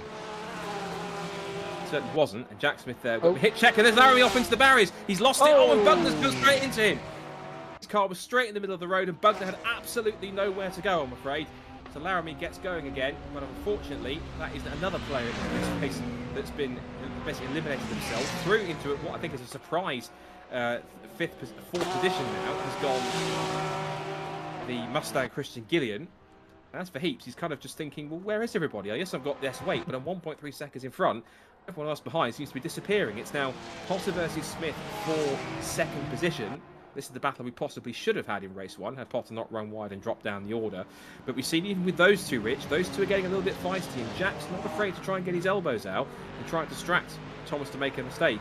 Looks as though, like John Jones, there's some very John Jones-esque defending for Thomas Potter going on to try and keep Jack Smith at bay here, and certainly at the moment it appears to be working. Yeah, Jack's got some really good racecraft, so it wouldn't surprise me if he's probing but biding his time. Interesting to see, though, that they're both reeling in Daniel by second a lap at the moment. So I imagine by the end of the lap that we're on, they're going to be right in his bumper. So it'll be a 3-car fight for the lead now. They're on second place as Potter runs wide on the grass, but he keeps his foot in. He did this too many times, getting a little bit overexcited, overheating his tyres, and that's what hurt him to not really make the comeback he was looking for in race 1. He was up as high as 6th at one point, they just tumbled down the order with a series of mistakes, and Heaps is now, I think, starting to struggle a bit. Down the outside goes Potter in towards Sterling's, makes the move, an excellent pass, but Heaps must have made a mistake there for some point, because he wouldn't have just given him the place that easily. On pace, but a mistake there looks like exiting Sheen curve has given the lead to Potter, and now he's under big pressure from Smith as they come down the pit straight back towards Paddock Hill Bend. Potter gets the chance to escape, but here comes Smith down the outside trying to take that high, wide, handsome line that Gibson tried a few laps ago on Chris Blakey that didn't quite work. He's wiser this time. Heaps is not comfortable on the racing line. He has to go defensive. There's a bit of a shot hip check there in towards Druids, but again they survive, and Heaps has lost it. He's gone around. What is it with these Porsches tonight? They're all losing it on the back end. I know they're rear engine, but it really can't be that loose. So Heaps has now got back going again, but now he's lost out down to 4th position. And Chris Blakey, ironically, is back up to 3rd. So what? It's basically through no reasoning of their own or no kind of fault of their own, Potter and Smith have found themselves now into first and second. We close on the ideal pit point with about 5 minutes to go. So it was a battle for about, what, 5th position a few laps ago? Now it's a battle for the lead. They've hardly passed anyone. Yeah, there's been a few errors, some forced errors there. Daniel just got on the gas too early coming out of the hairpin, so unfortunately that's ended that race there. He was driving really well, considering the guys didn't. Daniel's done 0 laps practice for this race, so considering that, I think maybe a bit more practice, he would have been a little bit easier on his right foot and maybe not spun coming out the hairpin. Battle lines drawn. This is it then. Potter versus Smith for lead at least. Not going to say for the victory because we're not quite there yet. We'll see if they differ on pit strategy, but the gap across the line is just under 0.4 of a second. Down towards Alec they go. Head quicker for Smith on that time as they go through, and Potter again. These Porsches are very loose on the rear end, given all the weights underneath. You'd have thought in many cases they'd be much more stable on the rear end because they've got all the weight there, so they've got more traction. But it's proving the opposite tonight. They're very loose in terms of getting the power down. Coming through Graham Hill Bend. Just closing in, just eyes fixated on the rear wing. Darts out, has a quick look. That's a bit of distraction technique. Just again posturing around the rear wing of the Porsche, who runs wide on the exit of 30s. Here comes Smith's chance with better momentum out towards Pilgrim's Drop. Porsche versus Ferrari. Smith goes straight through. That was a very easy pass, but Potter straight back on him. Now the question is going to be, does Smith have the pace to pull away, or does Potter have enough racecraft here to stick close and possibly get him back here on the same lap? Yes, this will be interesting to see. There's 20 kilograms difference between the two cars, Jack being the heavier one. But it'd be quite interesting to see whether that allows... Oh, yeah, Tom's really starting to lose the back end of the car again. Maybe he's been sliding it too much and those tyres are starting to complain too much. It's a possibility. We're going to see if Smith can pull away here. So Potter again just maybe pushing a tiny bit too hard, using a bit too much of those tyres in order to try and keep up with Jack. So I wonder maybe if he does make a pit stop, if that will possibly help him out further back in the field. These two were initially fighting towards the front, but now on the recovery trail we've got Gibson battling over 4th place now. Gibson might have the slight momentum, tries to put himself along, getting a tiny side draft on the run towards Paddock Hill Bend. Now he tried this before on Blakey, didn't quite work, but he does hit the high, wide and handsome line through Paddock Hill Bend, over the curb on the exit, and this time it has worked better. I think he's learned this time, don't turn those early, otherwise it'll only ruin your race even further. Up towards Paddock, Graham Hill Bend they go. Still keeping it close. I just think now that Gibson, now he's kind of learnt his lesson from his first move down the outside. He's trying to set him up for another pass, possibly further round. Yeah, I think by the looks of this, I think Oliver, may well get the better of Dan as we go through the next lap or so. He's definitely got the pace on him here. He's gaining on him, isn't he? So it'd be interesting to see how defensive Dan's going to be. Dan, of course, running one of the lightest cars in the front-running group, so certainly making it a little more difficult for Oliver. Of course, Oliver having weight on to try and make it even trickier for him to try and get past. So this will be also eating up his tyres a little bit. And of course, being stuck in the turbulent air of the Porsche is not going to help tyres either. He's trying to pull himself up even more to find himself a better line to get an undercut here, to try and find a better run off the corner to pull alongside. I think he might have found it here. He was on the outside here a lap ago and didn't make it stick. He's going to try again on the outside of Clearways. He might be showing the edge of the road here, but Heaps is giving him the room that he needs, and now they run side by side. There's a little hip check between them, but Gibson's got the side draft and the place I think he needs. He might just sweep across and make it stick this time, but he can't because he's got a Porsche to his right-hand side. Give him room this time, and Heaps almost made that disaster. He twitched mid-corner, and thankfully Gibson cleared him just as he corrected. But if he hadn't corrected, that might have been disaster for both of them. Yeah, well held there by Dan. Those Porsches aren't easy to pull back from the edge if you get a moment. So it was well driven by him there. But Oliver's now been released, and let's see if he can start to pull it in. Actually, looking at the order, it looks like both Tom and Jack have pitted. Yes, it looks like they have. So both Thomas and Jack have come out in 6th and 7th respectively by the looks of it. So now it's Chris Blakey who leads the way in the Porsche, I think, as it was earlier on anyway, before we had the issue with Oliver Gibson. So Blakey then on his own out in front. It's now Gibson up to 2nd now. That move. Heaps in 3rd place. We then have Andy Cowett in 4th. Nickerson up to 5th. Good to see him running as high as he is, and that's Honda NSX. And then he's 2nd Honda NSXs because now Smith is 6th, Potter is 7th, Gilliam is now 8th as Blakey comes in to make his mandatory stop, just about past half distance. So we're anticipating everyone to make their stops at about or just after half distance, and Blakey bucking the trend. So in he comes in the Porsche. Here comes Heaps and Gibson in the pit, as is also Heaps. So this should give, unless Carroll pits also, the lead to the Honda, which no, the Honda does come in. So that means that it will, by cycle, at the moment it'll give Dickerson the lead, but he's staying out. So Dickerson actually gets the honour of actually leading a lap, at least, in the GT Challenge. So, how many times you can say that, all due respect to him, but John at least enjoying the moment in the lead of the race here. He's going to put a lap here on Catherine Potter shortly. Smith and also on 5. But there, in fact, there is Jack Smith in the background in the Ferrari. And then Potter is 1.7 seconds back in the 1.8 seconds back in the Porsche, currently in 3rd position. But I'm certain with the pace, I wouldn't even put it past Jack with the pace he set it, that he might even catch Dickerson before the end of the lap. Yeah, quite possibly. He's flying. He's just set his personal best in Sector 1 of the race, and so yeah, I wouldn't surprise me if he catches him up by the end of the lap. The gap has stayed static between 2nd and 3rd, so it's still hovered at around 1.8 between Smith and Potter at this point. You see the race 1 winner and points leader coming into the night through Hawthorns, now through Westfield, and they charge down the hill back up it again. He's got Potter to negotiate. He's dealt with one Potter, now he's got the other sibling, and Catherine is not making it easy on the apex. She's keeping as tight as she can, but looks like Jack was a little impatient to try and get past, so he went. Catherine a little more forgiving to Thomas there to get through on her brother. So thankfully Thomas has got through without too much trouble. Dickerson pits. His mandatory stops. That means it is going to be Jack Smith back to the front, and that kind of little moment there trying to get past his teammate and sister Thomas. It means that he's now the lap. He's lost 1.1 seconds on that lap, and he's now currently, when the gap switches through, 2.8 out behind the race leader. So we'll see if he's got any more pace to make that one stick. And continue on with 12.5 minutes to go. Yeah, Tom was slightly quicker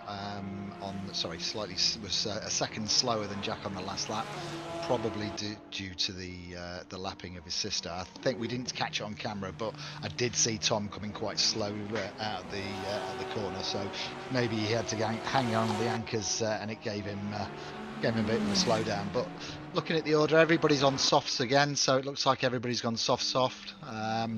And like you said, we've got 3 seconds between Tom and Jack. Chris Blakey another 2.7 seconds back from Thomas Potter, so he's having a decent race this time around.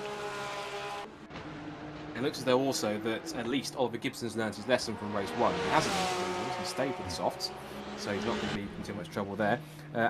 Andy Carroll, who is now on the back of Christian Gilliam in the Mustang, looking one way then the other, with his Hawthorns. Big Mustang staying firm in front, but I have a feeling that the Honda will find its way past in a few moments' time.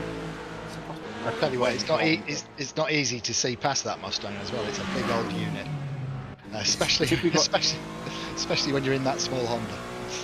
Yes, exactly. I think it's small, sleek, aerodynamic Honda against the bigger, bulkier Mustang. Of course, we say no because we love the Mustang. It makes a great noise. It looks fantastic. Of course, it's one of the chunkier cars in the field, shall we say, whereas the slightly more svelte Honda, a bit more aerodynamic, and possibly be getting lost in Christian's mirrors as they come down towards Paddock Hill Bend. Again, thinks to the outside line, taking that outside run to get the undercut here, unless the Mustang naturally drifts out wide, but you need that slingshot off the corner to really help, and doesn't really get that. And trying to hold on to the places they come back into Paddock Hill Bend, and get shown the edge of the road. Although he voluntarily went there in a way, but Carroll out on the tail of Gilliam as they come out of Paddock Hill Bend, keeping that pressure up. And again, you might only sense it should be a matter of when rather than if the Honda gets past the Mustang. But again, like with in John Jones' style, if you use that term now, the Mustang keeping it very wide and very honest in front, saying, look, if you're going to get past, you're going to have to do it the long way around. They're not letting this one up too easy. No, and Andy's on 18 kilos of ballast versus 3 kilos for Christian. So he's got a little bit of a weight deficit, but as I said, I think it's a matter of time here. He's pulling alongside. Let's see if he can go around the outside. He did it at Hawthorns and at Westfield twice, and both times he managed to go on the grass, and so the Honda has dropped back a moment, but you can just see it's not long until the Honda's straight back on the tail of that Mustang. You can see the pace Carroll has, try and close it back up again. And they're trying to come up to put a lap on too far in front of them. Do you know what I should do? I should look at the live feed rather than the YouTube replay, which is 30 seconds behind when I'm commentating, shouldn't I? I mean, it would help. Decisions in real time in any cases. I'm not going to say anything. But even so, it's still the battle of the sixth goes on. And then it's got a lap traffic to deal with here. This should be pretty interesting out at the this battle, as the captain's not going to be too much of an issue to get past. See there, Carroll again, just like that term, just posturing around the rear wing, just thinking, is there a move or a position here that I can gain? What line can I take to get it through? Catherine neatly gets out of the way. It's good drive from Catherine. Well done. Good to get out of the way and keep out of the got on the road, but also to not cause too many problems, not any problems for the battle for sixth. As they come down Pilgrim's Drop again towards Hawthorns. The Mustang probably third on the racing line. But Honda's right there. He's had a good run through Hawthorns, much faster through Hawthorns. Could have made that one stick. As we quickly go back to our race leader, who has now pulled a gap out of somewhere at 3 seconds or so over Potter as he comes across the line. 3.3 is the margin, so at least Thomas is having a much brighter race than he had in race 1, and if he stays where he is for the next 8.25 minutes, will at least bag himself some solid points towards the championship standings before next week at Valencia. As they make the sprint back towards Surtees, Smith has that pace advantage. He looks pretty comfortable out in front, so it's all really on Potter to try and come back to him. But we've seen the Porsches, how tail happy they can be, how loose they can be, how much of them can use their tyres up because of that, and how tricky they can be to drive, particularly trying to get on the power at some points. So I think that the Ferrari feeling a lot more comfortable in Jack's hands than the Porsche is in Thomas's. Yeah, I'm interested if we can go back to the Andy Carroll, Kristen Gillian battle there. There we go, thank you. Oh, just as we're getting a pass. Perfect timing. There goes Carroll up the inside in towards Graveville Bend. Neatly set that one up, and as you mentioned, it was a matter of when rather than if. So finally, Carroll does make it through into the top 5. His next target will be Oliver Gibson, but God, Oliver is some 12.5 seconds up the road. So unless you can reel him in by a substantial amount and take chunks out of that gap in front of him, I think possibly 5th is as high, touch wood, as Carroll will rise in this race, having now got past the Mustang. And his way out from Westfield and starting to already. You can see how quick he started to gap the Mustang here, how much more pace he had underneath him. How he's been released from the clutches of Williams' defence. He now gets to stretch his legs a little more and use the run as much as possible. So he tries to extend his gap, try and chase after 4th place if he can, out in front of him, which is Oliver Gibson. Yeah, so last lap, just looking at last lap times, Jack Smith on a 1:22.2. Thomas Potter on a 1:21.8, so gained 4/10 in that last lap, and then you've got Chris Blakey on a 22.1 as well. So Chris is slightly gained on Jack, but Thomas has taken 0.4 of a second out of him in the last lap. So yeah, let's hope he can start to pull that back and we get a good battle to the end of the race. Certainly hope so. Again, as you rightly said, Potter just finding a bit more time, but I wonder if that was either just a bit of lap traffic or possibly a tiny mistake from Jack. Either way, you see how much of the curve that Potter's using, so maybe he's going to sat back and kept his tyres a little more cleaner than possibly Jack has out in front. But he's got that incentive in front of him. Try and close that gap in. 3 seconds is the margin to try and close it in nearly 6 minutes. Clear away as he goes. It just shows, doesn't it, the problems Tom was having in race 1 with all the spins. You know, like I said, spins breed spins. You know, he's been pretty solid through this race. There's been a couple of incidents, but he's not had any spins, so he's managed to keep his tyres within their operating limits, which is it's so much easier to drive a car when the tyres have got grip. What you say, Rich, there's such a thing as a commentator's curse, so if you said he hasn't spun yet, he's almost certainly going to spin in the next 5.5 minutes. So Technically, I'm not a commentator. But you're on the commentary team, so you're on the commentary team.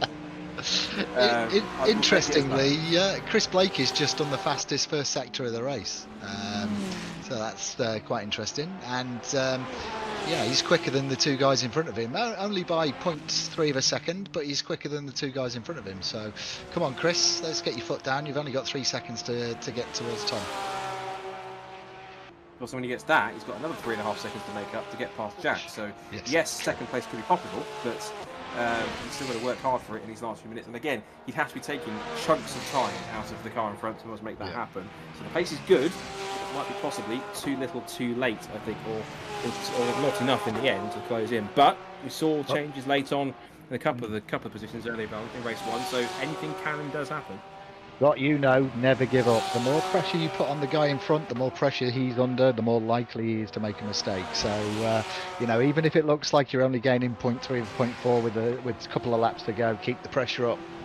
And, you know, we saw Tom make some mistakes in race 1, so it's not out of the bounds of reality that could happen again. Not wrong. It could certainly happen in the next 4 minutes, plus changes. A little wide there for Blakey in towards Druid, so he has lost a bit more time. So, what was it we were saying about commentators' courtesy? It cost him time in Druid, so that's interesting. Okay, I'll put myself down as part of the commentary team. You already were from the start. Don't worry about it. Anyway, battle on. This is interesting. I know. So Adam Carroll. Andy Carroll.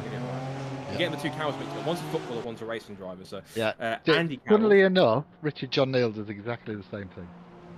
Good stuff. I'm not alone. Excellent. Yeah. Right. So company. Andy Carroll. Good stuff. I'd like to think so. I hope so. Anyway, Andy Carroll has now caught Dan Heaps in 5th position. So after he's pulled away, taking 6th for Christian Gillen, has now managed to reel in the Porsche in front of him, which was a little tail happy earlier on. He managed to settle down, but the point pace of the Honda looks pretty strong. As I think saw something purple for Dickerson. I know it's a personal best for him, so he's a personal best in the first sector. He's looking pretty strong in P8. But the time ticking down, Carroll fancies one more place. He's running a little wide there exiting Westfield, so he's going to try and keep pressing on to pick up a possible top 5 finish.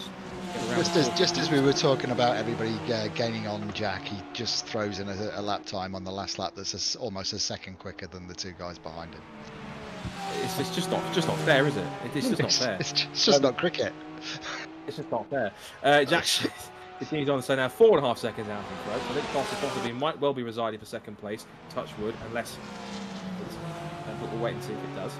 Blakey 3rd, Gibson 4th, it's Heaps in 5th, Carroll 6th, Gillen 7th, Dickerson 8th, Jones 9th, and Catherine Potter bringing out the top 10. He lost Paul Laramie earlier in the race, sadly, so he's out of this race, unfortunately. And just the 10 cars that we have remaining. And let's see what Carroll can do here. The gap is 3/4 of a second, closing in steadily, slowly, bit by bit, onto the tail of the Porsche. Nice and neat through Surtees. Now towards the drop down Pilgrims drop. It's Hawthorns. And gap is staying static at around about 3/4 of a second, 8/10 of a second between them. There's not much in these two cars. And I wonder possibly also if the fact that because Carroll is running so close, he might be catching some of Heaps' dirty air in front, which will be hurting his tyres, it'll be hurting his aero, might be hurting his overall grip. This has got substantially more pace than the Porsche in front, so not possibly be hindering him in trying to get any closer. He is a bit closer to this section. He's now got himself to that roughly just under half a second. So pace-wise, he's looking pretty strong. He's now the leader who has gone on to their penultimate lap. Because these guys are some 40 plus seconds behind, so the leader would have gone on to his penultimate lap. So 2 more chances now for Carroll to not only catch but pass the Porsche, and only 2 more laps of the Brands Hatch Grand Prix circuit to go. This is going to be pretty fascinating to see if we get a late change for the top 5. Yeah, and I'm just looking at the lap times. Tom, his last lap was a 24th lap, which was half a second slower than Chris Blakey behind him. So I'm just wondering whether Tom's tyres are starting to complain a lot. Let's see. Through Surtees. Oh, and it has. They've lost it. They've gone too far. Round he goes, and Heaps' tyres were going too far. You called it absolutely correctly. And Carroll then gets an easy free pass into P5. Yeah, that's good. I mean, the one thing that you don't want to see as a driver is somebody spinning in front of you, because obviously it's quite difficult to figure out which way they're going to go. But unfortunately, he spun out of the way of Andy, so Andy's continued on, and that's a decent place that he's gained there. Free pass before he goes to make that position. I think that Heaps, looking at the screens, we continue to look at our race leader on the final lap. He's managed to rejoin only about 1.6 seconds in front of Gillen, so I think he should possibly hold on to that position the time he gets to the flag. So for this man, Jack Smith, there's no stopping him, isn't it? Even with maximum weight on this car, There is absolutely no stopping him at this point. He is now 7.5 seconds clear out in front. The DK Power Racing Ferrari has got this race firmly in its grasp as he turns down through Hawthorne for the final time. This will not only further strengthen his championship lead, it means it keeps his confidence up, it keeps his hopes up for the title. Certainly as he comes out. We've had a change for second place. Chris Blake is up into second, Thomas Potter down to third. We've missed it. Clearly Thomas has had an issue. Yeah, so a late mistake then for Thomas Potter puts him down to third and only 3.5 seconds ahead of Gibson, so he should hold on to the podium place. As he comes up towards clearways for the final time, it has been all about this man, Jack Smith, and the DK Power Racing Ferrari charges his way onto the Brabham Straight for the final time, and it is a clean sweep here in Kent. Brands Hatch race number 2 again goes to Jack Smith in the Ferrari in the World GT Challenge at Virtual Reality Racing Club. A late change for second then to Chris Blakey, despite getting caught up with one Ferrari at Paddock Hill Bend, comes home in second place. He had a very eventful race. And Thomas Potter, well, it's better than race 1. We didn't even make it really as far as Paddock Hill Bend before we had issues, but still, third place is good, but he will be kicking himself for losing it on the last lap. Oliver Gibson in fourth place, on the soft tyres this time, but couldn't quite find any more pace to get closer to his teammates or any of the cars in front of him. And then in fifth position, it's going to be Andy Carroll, who picked up that free fifth position after the spin for Heaps. Across the line he comes in the Honda. Not quite a repeat of third place in race 1, but still a solid top 5 to spank decent points towards the end. Daniel Heaps recovers what would have been fifth, just holds on in front of Gillen's Mustang, 6th and 7th respectively. Dickerson will take 8th. It's going to be John Jones, who's crossed the line in 9th already, and Thomas Potter rounding out the top 10. Well, that was pretty straightforward for Jack Smith. It was pretty much eat, sleep, race, win, repeat is the phrase somewhere. But he's done it again, 2 from 2, unbeatable tonight, and I think certainly even he seems to be mystified as to how he's still this quick, even with maximum weight. So if he's mystified, then what does that make us?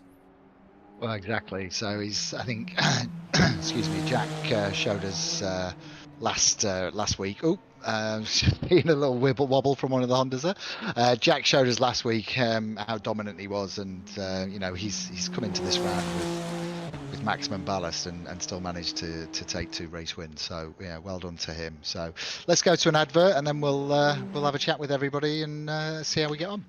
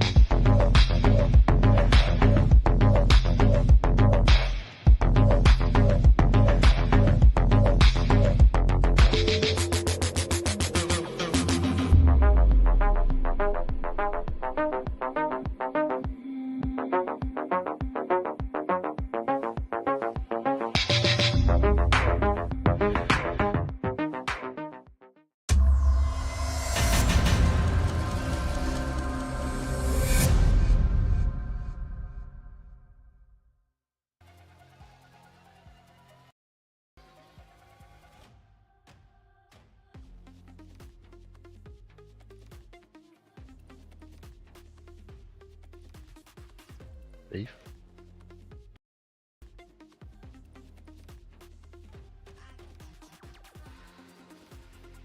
So are we there? We got. We are here. I thought we had a dropout in connection there for a second, but we're okay. We're back. Got you there? Yeah. Race 2 interviews for Brands Hatch here at the World GT Challenge in VRRC, and of course, as always, we'll start in third position with the man who made it a bit further than turn 1 before he had issues, and that's Thomas Potter. Thomas, good to see you in third position. Obviously, you had a late change there with an issue in second place, but we'll talk about that in a second. But just talk us through your race, of course. A much better start than race 1, we can talk about that. And then kept yourself in the lead fight, and it was pretty frantic in those opening laps, swapping positions in that lead group. Yeah, absolutely. I mean, Obviously the start, I just decided to learn from my mistakes from race 1, keep it on me in 7. I was honestly just gonna follow Ollie Gibson through all the way and hoping to get into a 1-2, but then obviously there was a little incident when I got through and I was just like, just please defend Jack Smith, because my tyre wear was not as good as his. I think the Porsche just didn't save the tyres as well, and then, well, that's what happened in the final. My tyres just gave up and I spun, but I was just trying to keep it clean and just follow the person in front and keep it on the black stuff. Yeah, it's still third place in a good solid haul of points. It's been a night of two sides, really. It looks like there was some frustrations in race 1 trying to keep the car on the road and keep things cool, rather than race 2 it was slightly more straightforward and you on better pace, and you had that good battle initially as well with Jack around the pit stops as well. So a tale of two sides for this weekend, for this race meeting tonight. But what can you take and what can you learn from tonight that you can take into the next round at Valencia next week? First of all, what I can take is not to be too cocky coming into it, because I've just ended up jinxing myself in race 1, but mainly just about I just need to be my times consistent, because some of my laps in the race I was faster than Jack Smith and Chris Blake, and some of them I was completely off. So I think if I just kept it consistent, I would have had it. And also my tyre I would probably be being better if I was just more consistent. Oh, you've got obviously a few days to work on that before Valencia next week. So congratulations on third place, and hopefully we'll see you here more regularly in a few days' time when we get to round 3. But until then, a good way to sign things off, at least for the end of the evening. So well done, and we'll see you next time. Would I be able to just pinch a few seconds to thank all my sponsors, please? You can go for it very quickly.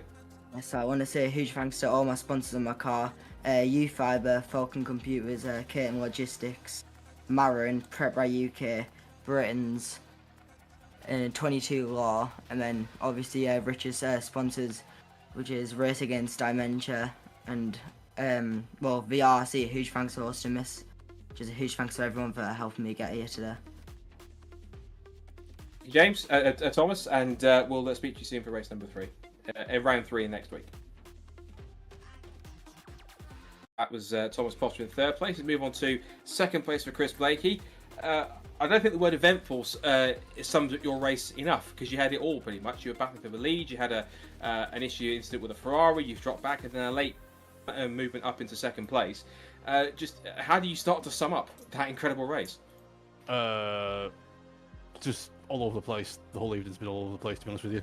It was lots of ups and downs, and I'll hold my hands up. Apologies to Ollie for that first corner incident. He kind of came around the outside of me, and as I got on the brakes, the back end snapped out and just snapped, because that Porsche is it's a widowmaker. It really is. It is so fine between keeping it on the track and throwing it all away, which I did a couple of times. So yeah, the tyre wear was horrific at the end. It was, yeah, football. I was kind of catching Thomas at one point, which was nice, and then just made mistakes of my own making, really pushing too much. So. And yeah, it was just a shame at the start. And that's it. My teammate Paul had an eventful evening as well. So yeah, it was an eventful evening for the Porsches. Very. It definitely was. I think several were having their own issues with tyre warm-up or spins or overheating tyres at some point. Yeah. Just like with Thomas. I mean, obviously you had a decent enough even to finish it off on a silver lining with a third place. But what do you take now going to Valencia next week? What more can you do to make sure the car's in better condition, looking after its tyres, or just a bit more stable and not having too much of being too-tail happy? What can you do to the car to make it more user-friendly for next time? At the minute, I'm not sure. We're really gonna have to see what Valencia comes with. I've done a lot of laps in this car, spent way too much time sat in this rig, to be honest with you. And it's good. Like I say, I'm near top of times. Sometimes it's just you've got to really commit with it and just be. You can't make any mistakes. Not a single mistake. In Valencia, the track's surrounded by walls, which the Porsche seems to be attracted to. Or might that just be my driving? Yeah, just gotta get some more laps in. Start doing some laps if I get a chance this weekend, which I'm really hoping I will. So we'll let you go to do that then. on that side. So, but a good effort for second place. It's some good points for you in the championship. So, fingers crossed you can try and replicate that next time. But for now, well done, and we'll see you next week at Valencia. Nice one. Cheers, guys. And thank you to Chris. And now we move on to the man who just can't stop. We actually even said it in the broadcast, Jack. I don't think it's fair how quick you are, even with balance that you've got. So, but even so, 2 great races wins tonight. The second one, you had a chance to battle your way through a little bit. You had that almost anticipated battle with Thomas for a little bit before the pit stop saw you move away. Just talk us through it and how good it was to see, that battle between yourself and Thomas finally after you missed out on it in race 1. Well, first of all, I'm flattered, but I honestly think I'm getting very lucky at the start of this season. The first round especially, everything just opened up in race 2 for me, and I got into P1 on the first lap, which never ever happens. And you just have to get incredibly lucky. And it was a similar story of race 2 here. It was, I think if none of the incidents would have happened, I think we would have had a battle all the way to the end of the race, because Chris and Ollie, they're no slouch at all. They're only like a couple tenths off me, so it's probably like overdrawn like how fast I am on the stream, because I feel like it would have been a race to the end for sure. But yeah, race wise, tires again, it may not look sketchy, but I am like giving it maybe 75% everywhere. I'm not pushing at all. It's so, if you try to push that little extra bit of time out of the car, it really wants to come round on you. So yeah, I'm just holding back. I didn't really want to push too hard. I saw Thomas was catching, and then the inevitable happened, and his tires fell off. And yeah, I think I made my tires last, way longer than what I did the first race, just by pulling it back just a little bit longer, and the times were staying at the same point the entire time. So yeah, super happy. I think I had a good little mental battle with Thomas there, trying to like, am I gonna do a dive bomb or not? And he fell for a dummy and he went wide, and I got past. So yeah, interesting race. Thomas is a good person to race against. He's very defensive, and I caught onto that early on, and yeah, managed to wriggle my way past him, and yeah, it was a very enjoyable race. Just quickly as well, we talked about obviously using you pushing a little bit less. Do you think that the extra weight that you were carrying, the 40 kilograms, is it having that much of an effect, or was it simply you just trying to be easy just to look after the tyres in general, and you weren't really feeling the weight too much? No, it definitely has an effect for sure. The first thing I noticed when I got in the car for this round, the car doesn't seem slower, it just feels worse, if that makes any sense. It just feels so rear heavy now that every time you go into a corner, the car just wants to like really go around that corner, and a bit too much, if you know what I mean. So it's it's an interesting, it's a different kind of ballast that I'm used to. But yeah, it's not too bad compared to previous championships. So yeah, obviously there's a performance loss in that as well. I think it's a couple of tenths of a second, which you always want to find that back, and it makes that slog trying to get to the top of the timesheets a little bit harder. But I think that's the challenge in it. And I always when I get into a championship with a ballast on my back, I just forget about it. I just think that it's not there and just go for the top times anyway. That's just my mindset. You've had a grand start to the season, so congratulations on 2 more victories tonight, and of course I'm sure you're looking to keep that up in Valencia next time. Let you go, we'll let you get some rest to celebrate, and also so you can get yourself prepped for the next time, and fingers crossed you are on the top step again in Valencia. But until then, congratulations, and we'll see you next time. Yeah, cheers, Scott. Thank you to everyone who watched, and thank you to you guys as well for running the broadcast. I'm sure it's going to be good, and I can't wait to watch you back. Cheers, Jack. Thank you. Good stuff. There we go. That was our top 3 from race 2 here at Brands Hatch. And now that that's complete, we have essentially get a chance to wrap things up for tonight. And what's been, I think, 2 very interesting but very competitive races towards the front, at least with some battles for the podium places, some different drivers on the podium each time behind the race winner. But I think the universal headline here is there's just no stopping Jack Smith. I think he's been a little bit humble with his pace, considering that he can't even explain it himself how quick he is. But even so, it's been pretty dominant for him in both races. And the fact he's only running at 70 to 75% pace or speed, not over push the car too much, is that not a warning shot for the rest of the field going for the rest of the rounds, that he's not actually pushing at 100%? It's quite scary, really, isn't it? When the driver that's just won both races comes in and said he's driving at 75%. But yeah, it's quite scary. So anyway, let's move on to next week. Yes, indeed, next week, where normal service will be resumed in the dulcet tones of Richard John Neal. We'll be back here in my place. It will be on the streets of Valencia. Of course, this was the former F1 venue hosting the European Grand Prix from around about, I think it was 2008 to around about, I think 2012, 2013. Sadly, it's been mothballed these days, but still see some parts of the old circuit around that Valencia area that's been abandoned. But that will be another very fascinating street circuit for the cars to tackle. In the meantime, they'll be off practicing the circuit. So all that's really left for us to say really here, Rich, as a final sign-off is my first experience of VRRC has been very entertaining. So I appreciate the opportunity, both thanks to yourself and to Richard John Neal for allowing me to put my voice to the championship and to VRRC broadcast for the first time. Thanks to all of our drivers, thanks to all our teams and sponsors, and for everyone for tuning in for this broadcast. Rich, any final words before to send off?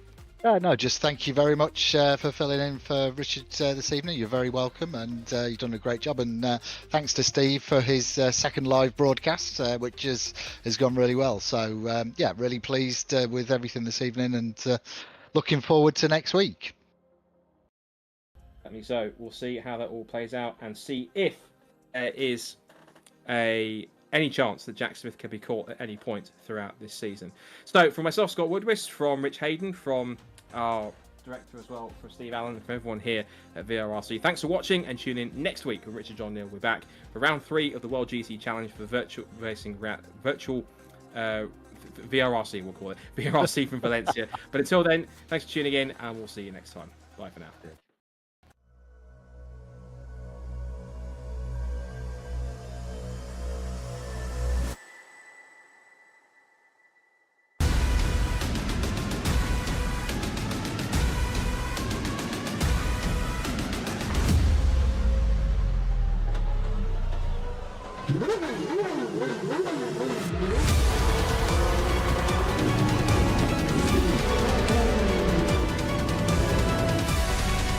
Between the two of them. The inside of coats. Parker gets too heavily involved. And that's Whitehead and Coates.